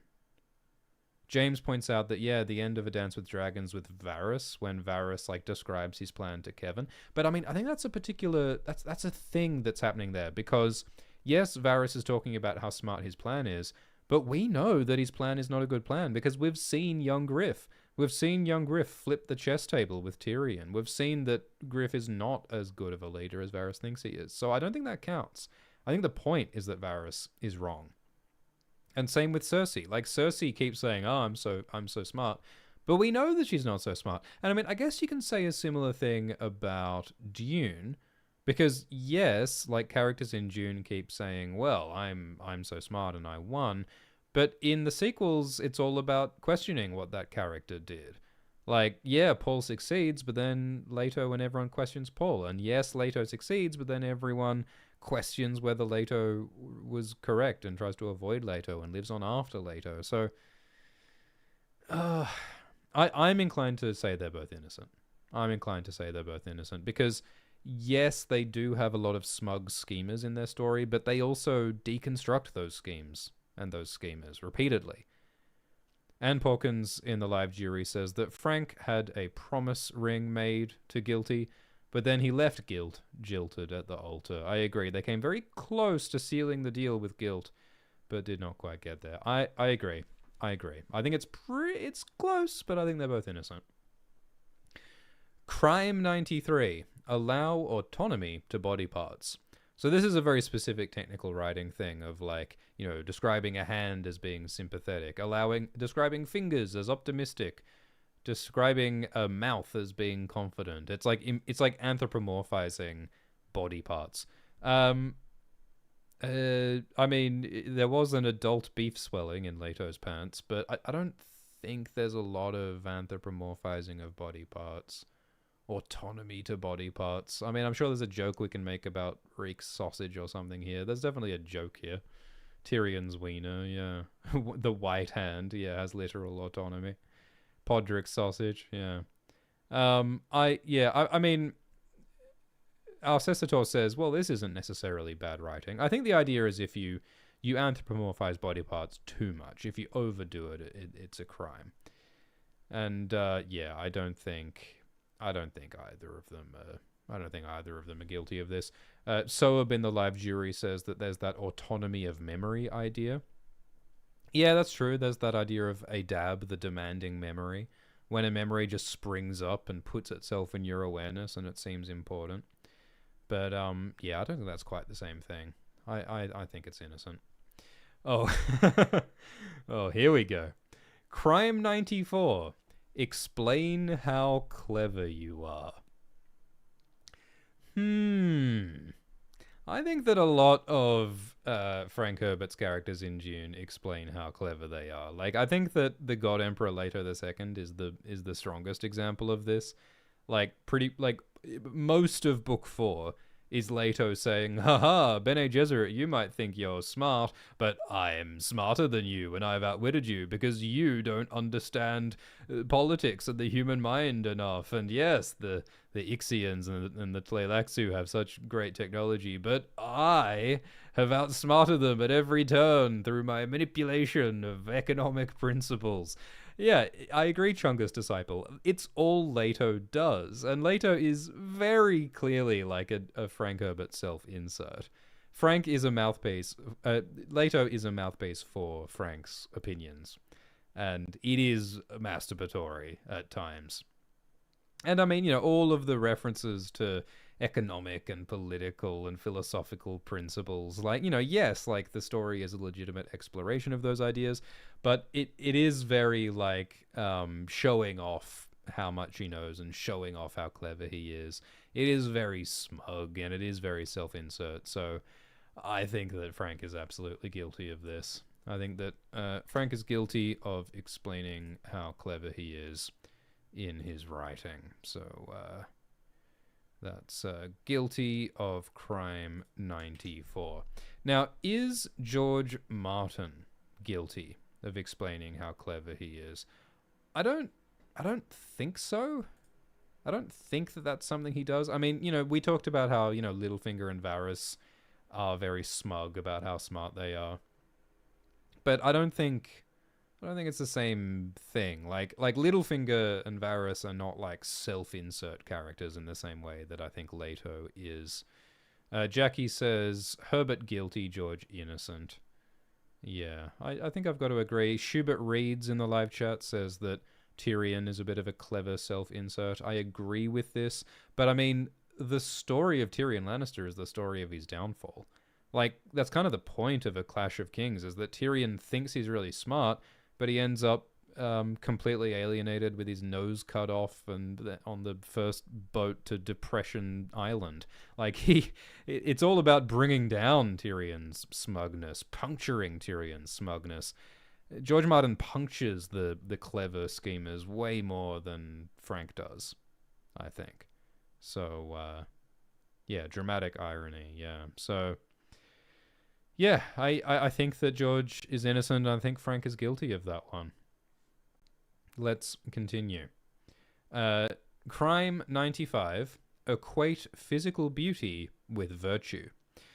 We have talked on AltShiftX before about how, like, a lot of George Martin's villains are ugly. Like, there's definitely a correlation, I think, between ugliness and villainy for a lot of George Martin's characters. I mean, like, you know, Ramsay, like Chet. But there's also a lot of beautiful characters who are evil, like Cersei and Jaime and Joffrey. And there's also ugly characters who are not evil. So I think that George is not guilty of equating physical beauty with virtue. Yeah, Brienne is described as ugly, and Brienne is one of the most heroic characters in the series. Like, yeah, so I don't think so. Numitor in the live jury says that Frank does this more, and I agree with that. Like, most of the main characters, the protagonists in Dune, I think are beautiful. I mean, Jessica's described as beautiful. Paul is described as having, an aquiline nose and like green eyes, and I think Paul is meant to be handsome, or at least he's certainly not ugly. Leto is a giant ugly worm. God Emperor Leto is an ugly worm. And he's like the evil tyrant who is actually kind of the hero who's saving the universe. So that's complicated. I mean, that's the thing. Like, I mean, I think in a funny way, Frank is not very interested in virtue as such. I think that Frank has a bit of a harder philosophy where it's not really about good and evil. It's a bit Nietzschean, maybe. It's more about, well, what have we got to do to survive? And sometimes we've got to do harsh things to survive. That's the philosophy of the Fremen. That's the philosophy of Leto II. I don't think Frank is really interested in virtue per se. And I also don't think he's very interested in physical beauty. He does describe Duncan Idaho as being really hot. And Duncan is a heroic figure, especially in Book 1. And yeah, the Baron Vladimir Harkonnen is indeed a big monstrous freak. But I mean, Feyd-Rautha is like, attractive. So I don't know. It's complicated with both of them. I don't think that either of them are guilty of this. Like, they both have beautiful people who are evil. They both have ugly people who are good. I don't think that we can ding either of them for this.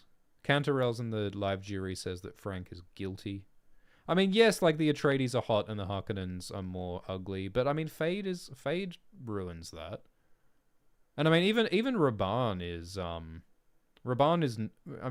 described as sort of a big chunk of a guy, but I don't think he's described as ugly. I mean, look, at the end of the day, Frank just doesn't describe his characters very much. Thufir is described as having like a really old, dark, leathery face. He doesn't sound beautiful with his leathery face, but he is virtuous in some ways, even though he ultimately fucks up.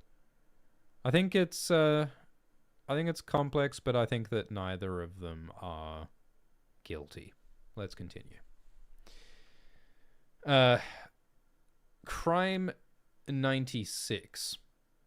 Use suppository appositives. Use supplementary appositives, noun phrase constituents designed to convey additional information, in all your sentences. The example that Joel Stickley gives is, the dog, a mottled grey lurcher with a lazy eye, regarded me superciliously. I had no idea how I, a simple dog-fearing man, would manage to sneak past it and through the gate, a rusted metal barrier, to freedom. So it's this sort of awkward sentence structure where you're putting like little mini phrases inside the sentence. I don't think that either of them are particularly guilty of this. I'm sure some of them do it sometimes. And I do think that Frank has some messy sentence structures sometimes, but I don't think either of them are super guilty of this particular thing. W.M. Franksworth says that Brandon Sanderson is guilty of this. But yeah, I think we can move on. Tyler in the live jury asks, is Dr. Yue ugly? How is Yue described? I think he's described as having like a stringy mustache and yellowish skin, which is, I think, a vaguely offensive description of an Asian man. Yue is described as a stick figure with a square block head, purple lips, a drooping moustache, long black hair, dark almond eyes, and a butter complexion. So I think he's meant to be a old Asian guy with a square head. He doesn't sound beautiful with his square head and his purple lips and his drooping moustache. But I mean, Yue is so morally complicated. Like, he's kind of a villain, but he's also kind of very tragic and sympathetic. So, yeah, I don't think that there's a I don't think we can make either of them guilty of equating physical beauty with virtue. Let's continue. Oh, Sweeney's in the live chat. Everyone go and subscribe to Sweeney and watch Sweeney's wonderful animated history videos. All right, so moving on to Crime 97. Force a happy ending. So I think the idea here is that if the story seems all fraught and it looks like there's all these problems, but all of a sudden, right at the end, everything's just okay, and miraculously, everything's just fine, and it's happily ever after. Now, it's difficult to judge George and Frank for this, because A Song of Ice and Fire doesn't have an ending, and Dune kind of doesn't have an ending, so this one's kind of difficult. I certainly don't expect that there will be a sudden happy ending in A Song of Ice and Fire. I mean, George Martin has said that it will be a bittersweet ending at the end of A Song of Ice and Fire. And I think all of the little arcs, I mean, each book and each arc has usually ended either tragically or bittersweetly. So I don't think there are any sudden happy endings in A Song of Ice and Fire, and I don't think there will be. So I think that George is innocent of this one. Frank Herbert. Frank Herbert is maybe closer to this because, as we've said, like the Dune books have this, quote, coital rhythm where it's often very slow and there's all this conflict, and then suddenly, right at the end, the situation is resolved. And it can feel a little bit like it's sudden and pulled out of the arse. It's a sudden ending. But I don't think it's a happy ending. I mean, the end of Dune Book 1 is like, you know, I guess we're happy that Paul and the Fremen have defeated the Emperor and the Harkonnens, but Paul is quite clear in the book that there's about to be a massive galactic genocide and it's all his fault. So, not a happy ending. Dune Messiah is certainly not a happy ending. Children of Dune is a weird ending. I think the tone is more muddled at the end of Children of Dune, but it's certainly not a sudden happy ending. I mean, it does feel, I guess, a bit like a Deus Ex Machina, because it's kind of like Leto's like. I mean, it's what we talked about with like unstated premises, unsupported premises, right?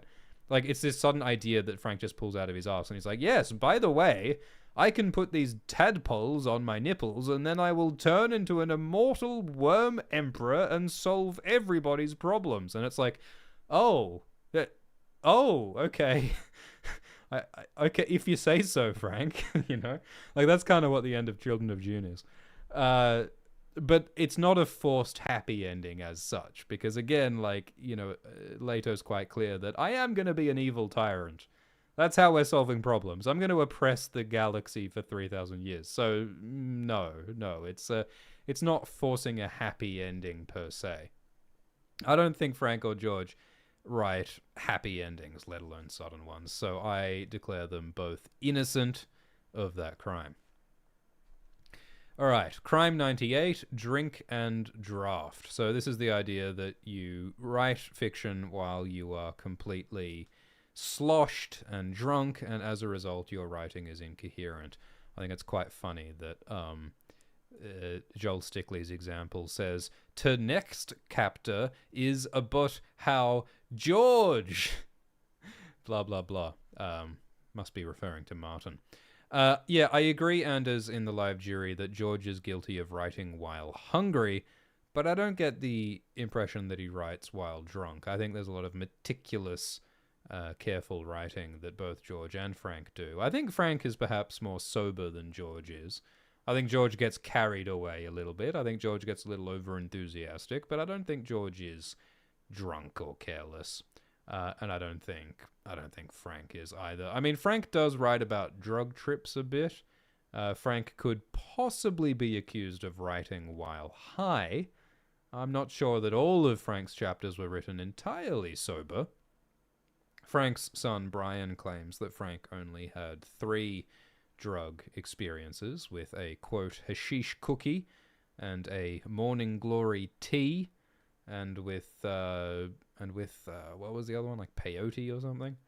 And some people claim that Frank had experiences with psilocybin mushrooms, but yeah, he wasn't a big drinker. So they're innocent of this. Crime 99. Find the bone moat. Here's Joel Stickley's example. As he sat discomfortably on the chaise lounge, Dan realized he was the center of attraction. Something was awry. He had a feeling that in this particular clique, he was to be the scapegoat. So this is all just amusing misspellings, and I don't think that George or Frank do this. I think they have competent editors and dictionaries. I mean, are there words they misuse? Maybe. I mean, here's one thing. Like, Frank Herbert, he uses Arabic words. And he uses words from a bunch of different languages. He uses French and Latin and Greek and all sorts of things. And I'll tell you a secret, Frank's grasp of the Arabic language, not perfect. He's Hebrew. I've also got notes on his Hebrew with his Kwisatz Haderach. Apparently, if you know Arabic fluently and you read Dune, it's really funny and confusing because Frank keeps dropping these Arabic terms that are like often butchered and often misused.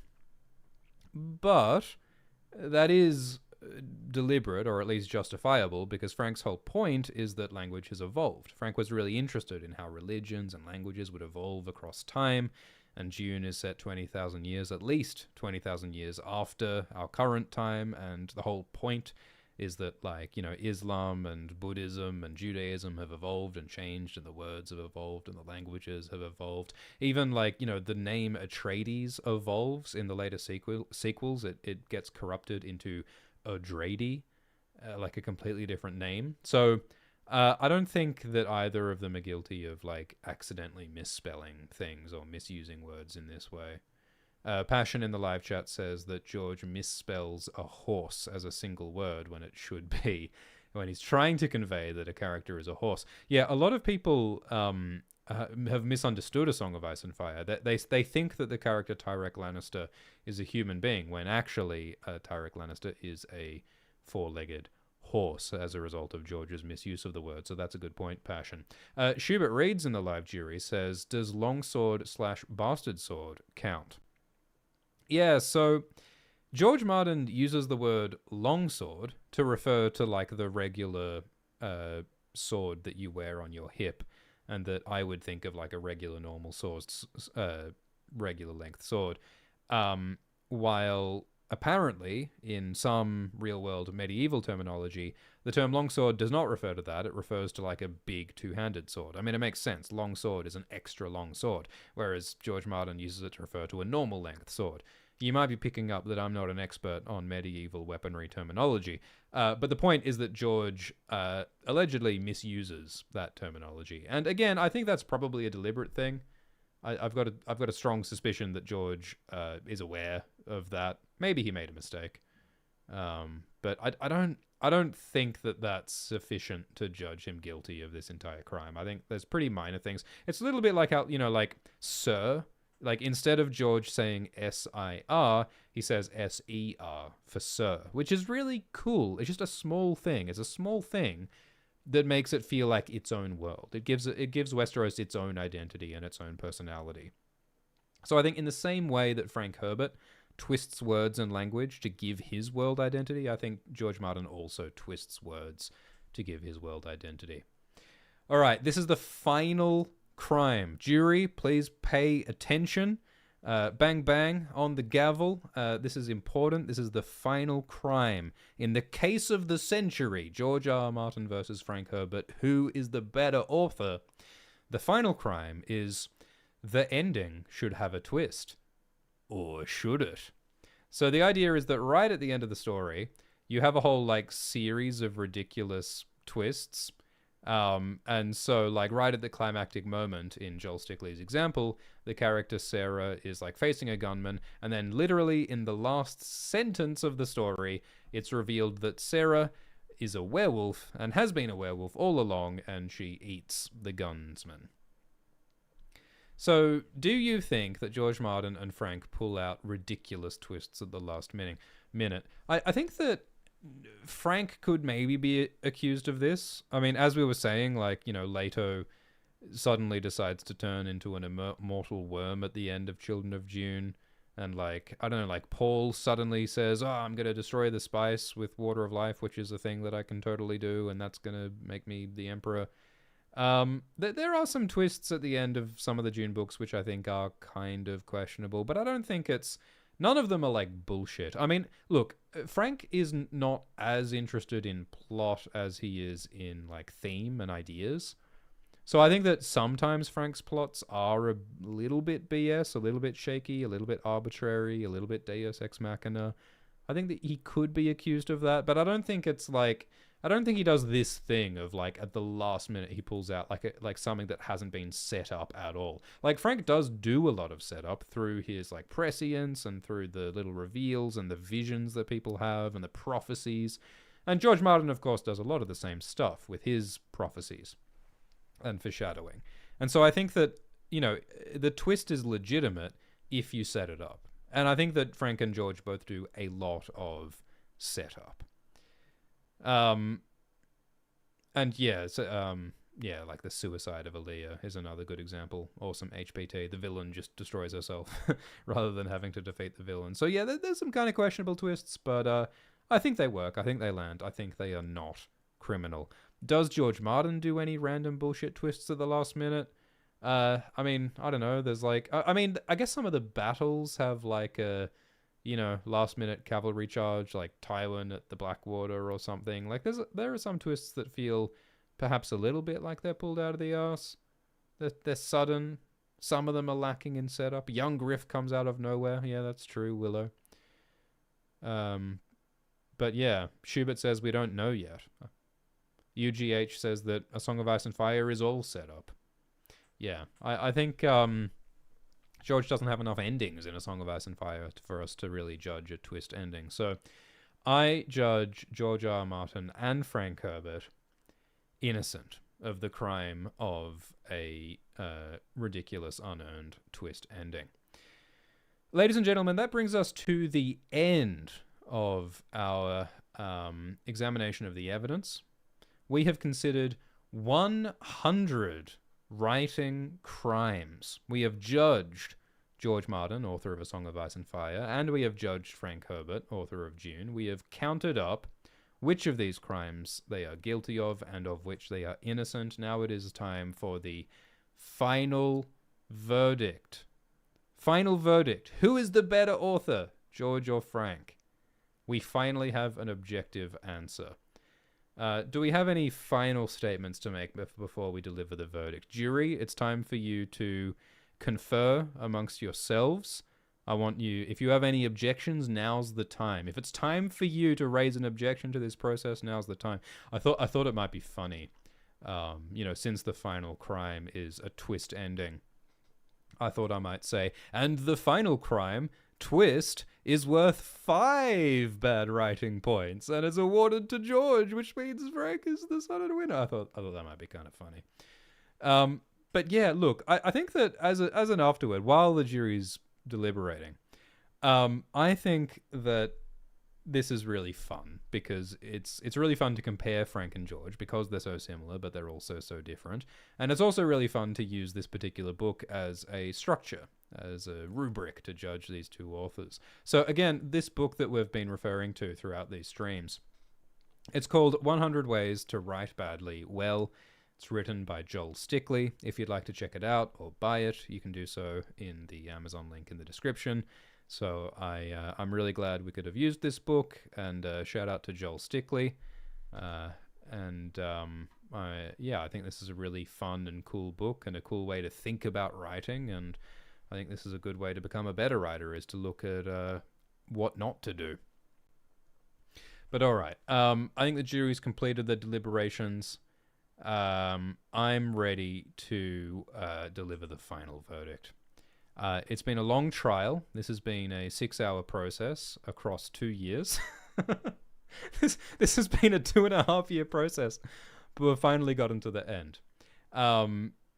George Martin is guilty of 19 writing crimes listed here. We've already listed them. We won't...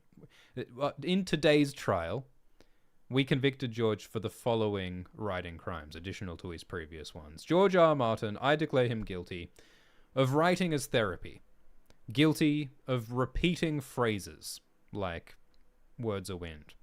Guilty of creating subplots that bear no relation to the main story. Guilty of beating around the bush, delaying and getting distracted. Guilty of solving mysteries by introducing yet more mysteries. Guilty of delaying the ending, much as I am now. Guilty of using prose to showcase your poetry, like The Bear and the Maiden Fair and The Last of the Giants. Guilty of choosing a narrator who is peripheral to the story, like Ario Hotar and Quentin Martell. Those are the crimes of George Martin in today's stream. Frank Herbert today has been convicted of the following crimes: repeating a phrase that you like, creating subplots that bear no relation to the main story, beating around the bush, weaving his own opinions into the narrative, solving mysteries by introducing more mysteries, investing conversations with layers of meaning, basing his plot on unsupported assertions, using prose to showcase his poetry, and explaining how clever he is. In the final count of crimes, we find that George Martin has committed 19 writing crimes, while Frank Herbert, the author of Dune, has committed 21 writing crimes. And so, by the powers vested in me, I declare that Frank Herbert is sentenced to writing jail for eternity. That is my judgment, and it shall be carried out immediately for no fewer than 99 years of confinement in writer's jail next to the volcano in New Zealand. George R. Martin, meanwhile, is declared the better writer, according to this process of indisputable objective judgment. George Martin is a better writer than Frank Herbert, having committed fewer crimes, and therefore George will not be locked up in prison on the Kiwi volcano. He can't keep getting away with it, folks. I don't know how he does it, but George Martin has once again avoided being locked up and finishing wins. Unbelievable. But we have conducted this trial with the utmost of dignity, with no bias, no prejudice, and none can contest it. Thank you so much for participating in this wonderful and bizarre trial. I'm sure that the results of it will be reported and will resound across the world. And if anyone is ever asking, who's better, George or Frank? Who's better, Game of Thrones or Dune? You have the answer. You have the answer. Frank is a worse writer by 2 points. And I guess A Song of Ice and Fire is better. The Battle of the Juggernauts. The Sandy and the Horny. The Wormy and the Swordy. George has won. Okay, I'm now going to respond to any donations and super chats. This has been fun. This was a ridiculous idea. Shout out again to Joel Stickley, who wrote 100 Ways to Write Badly Well. Thank you, everybody, for participating. Let's respond to your comments. So, where are we up to? The Happy Masquerader, thank you for the super chat, says, will your evil twin cover the new Annihilation prequel book? So Annihilation is a book by Jeff Vandermeer, and there are 2 sequels to Annihilation, forming the Southern Reach trilogy, and I was not aware that there's a new prequel out. That's cool. I'll have to check it out. I saw that Jeff Vandermeer actually tweeted at AltShiftX after AltShiftX made a video about Annihilation, saying that the video was thoughtful. But you know what? When I watch that AltShiftX video now, I think it's a bit lacking. I don't think that Annihilation video by AltShiftX is all that good. I think that it takes things a bit too literally and doesn't consider the metaphorical meaning quite enough. I reckon AltShiftX should watch some of these streams, and then maybe AltShiftX would understand subtext better. But hey, that's just my opinion, and you can tell AltShiftX I said that. Thanks for the donation from Lockie, who says, great to catch you live. What do you think the point of view of more casual fans of A Song of Ice and Fire would be like, who are disconnected from a lot of the theory crafting? Like people who don't know about the Blackfire theory, about young Griff, etc.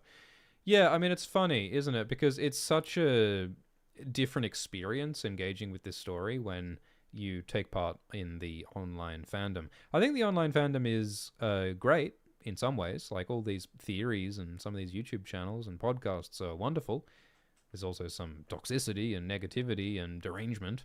But yeah, I mean, there must be some people who have read A Song of Ice and Fire in isolation and who, since they haven't engaged with the fandom, it's never occurred to them that the Night King is secretly Rhaegar, or rather, it's never occurred to them that maybe they haven't even thought that Jon is the son of Rhaegar and Lyanna. I think there definitely is a danger for those of us who are super involved in the online fandom, where we sort of assume these things are obvious. Like, of course Varys has Tyrek. Of course Young-Griff is secretly a Blackfire. Of course the Storm's End is a Vulcaran nuclear reactor. Of course, but to people outside that bubble, it might not be so obvious. So yeah, it's worth remembering that not everyone has the same perspective. Thank you, A Man Has No Name, who says, Dear Swifto, thank you so much for the light-hearted streams. They helped me through some difficult times. What do you think George meant when he said that the only thing worth writing about is the human heart in conflict with itself? Yeah, so that's a quote from a speech that was given by... remind me who said that. I should absolutely remember who said that. Heart in conflict with itself. That is a quote from, what's his bloody name? Faulkner, William Faulkner. And funnily enough, Frank Herbert also was inspired by this speech by William Faulkner. William Faulkner was a writer. He won a Nobel Prize in Literature. And in his acceptance speech, he said that the human heart in conflict is the only thing worth writing about. And it's something that George has taken as his mantra. What's the point of it? The point of it is that stories are about conflict and stories are about emotion. If someone's just sitting there having feelings, then you haven't got a story. Nothing's happening. If there's no conflict, if there's no desire, if there's no change, you haven't got a story. And conversely, if you have change and action and things happening, but there's no emotion, then it's also not a story. There's no heart in it. There's no point. What's the point of doing anything if it's not for human emotions? So I think that the only thing that means anything is when we strive and when we try and when we desire based on our feelings, because striving without desire is empty, and feelings without striving are dead. There's nothing happening. There's nothing moving. So I'm just waffling off the top of my head, but I think that's what it's about. And I think that the heart of storytelling, the reason why we tell stories, is that what resonates with us is emotion and conflict and challenge. And I think that's what life is about as well. We live life because we are motivated by feelings, and life itself is change. And I think that's part of what Frank writes about. Frank is always about continual change and continual challenge. And the heart of it all is love. And that's why, Hui Nore is there, and that's why Frank wrote Bev into the end of Chapter House. So that's what I think's going on. Thanks for the super chat from John, who says, where do you think Howland Reed's story is going in A Song of Ice and Fire? Does Hal's moving castle, Greywater Watch, actually move? Is he a bad friend to Ned? Does he have a Valyrian steel shotgun? John, I think those are all excellent questions. George has repeatedly hinted that Howland Reed will come into the story. I think that Howland was at the Tower of Joy, and so he is probably aware of who Jon Snow's parents are. So I think the most obvious thing is that Howland Reed will help reveal Jon Snow's real identity. And since there's hints that Lady Stoneheart has gone to the Neck, and Major Mormont and Gilbert Glover have gone to the Neck, and they know about Robb's will, which names Jon the King in the North, I think the most logical thing is that Howland will emerge, and Howland will help to establish that, yes, Jon is the rightful king in the North, and also Jon is the son of Lyanna Stark and Rhaegar Targaryen. That's my guess. But I think that it's also possible that he'll do a flip and shoot Ramsay Bolton in the face with a Valyrian steel shotgun. I think that's also a good hypothesis. Thank you, Ray Fogg, who says, have you heard the theory that the giant ice spiders are actually whites?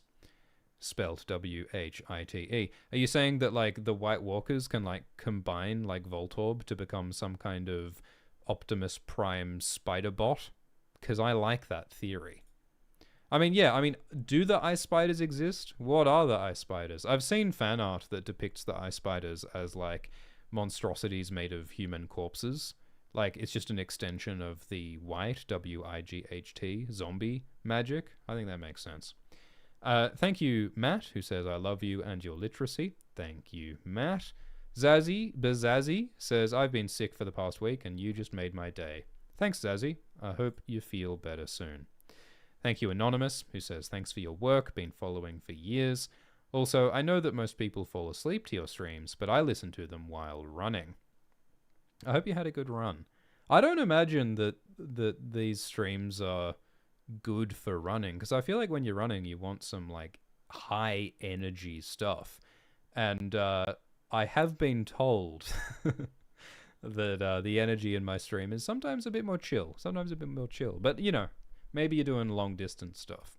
Whatever works for you, Anonymous. Thank you, Anonymous, who says, imagine being a bad enough dude to endure not just the literary hietsui of George R. R. Martin's A Song of Ice and Fire, but also Yoshihiro Togashi's Hunter x Hunter. Alt-Swift could never. So I think this happens a lot. I think I'm being baited into watching an anime. I'll have you know, I watched the first season of Attack on Titan recently. I did. I'd been told by so many strangers on the internet to watch Attack on Titan. So I finally did watch the first season, and you know what? I enjoyed it. I am a sucker for a mystery box. So, yeah, I did enjoy Attack on Titan, and I will probably continue to watch it at some point. Maybe I'll even talk about Attack on Titan on a live stream with another YouTuber. Maybe if everyone gets on Twitter and says, hey, Glidus, watch the first season of Attack on Titan so that you can discuss it with AltSwiftX on a live stream. Maybe it would happen. Maybe if we barrage Glidus with enough tweets, he'll finally watch it and then we'll get to talk about it together. Maybe. Could happen. Thank you, Wealth Wolf, who says, how funny would Real Court be if we went through a checklist of every possible crime? I assume that's what they do. I'll admit, I've not watched a lot of legal procedurals, but I always assumed this is what court is like. I'm wearing the grey wig right now and holding the hammer from my shed, so I assume that I've got an accurate depiction of what court is like. But yeah, I think it's time to wrap up the stream. This has been fun. Thank you, everybody, for participating. This has been great. Here's our final results in case you want to have a look. I think I would like to hear your feedback. Because, you know, some of this is subjective. I'd like to hear if you have any dissenting opinions. It's not impossible that there could be a challenge going up to the Supreme Court. It's possible. But for now, this is my verdict. I'm very excited to have completed this process. This is another thing that AltShiftX has completed. It's not every day that AltShiftX finishes something that I started. Maybe George could take a leaf out of that book, eh? But no, we love George, and we love Frank, and we love Westeros, and we love Dune. And I find that critiquing stories is part of how we understand stories, and understanding stories is part of how we love them. So I'm so glad that we got to do this together, and we'll see you next time. We'll do this again, and Happy New Year, happy holidays. I hope you're having a good one. I hope you're well. I hope you're drinking water and eating vegetables and doing cardio and hanging out with the people you love. So have a great one. See you next time. Cheers.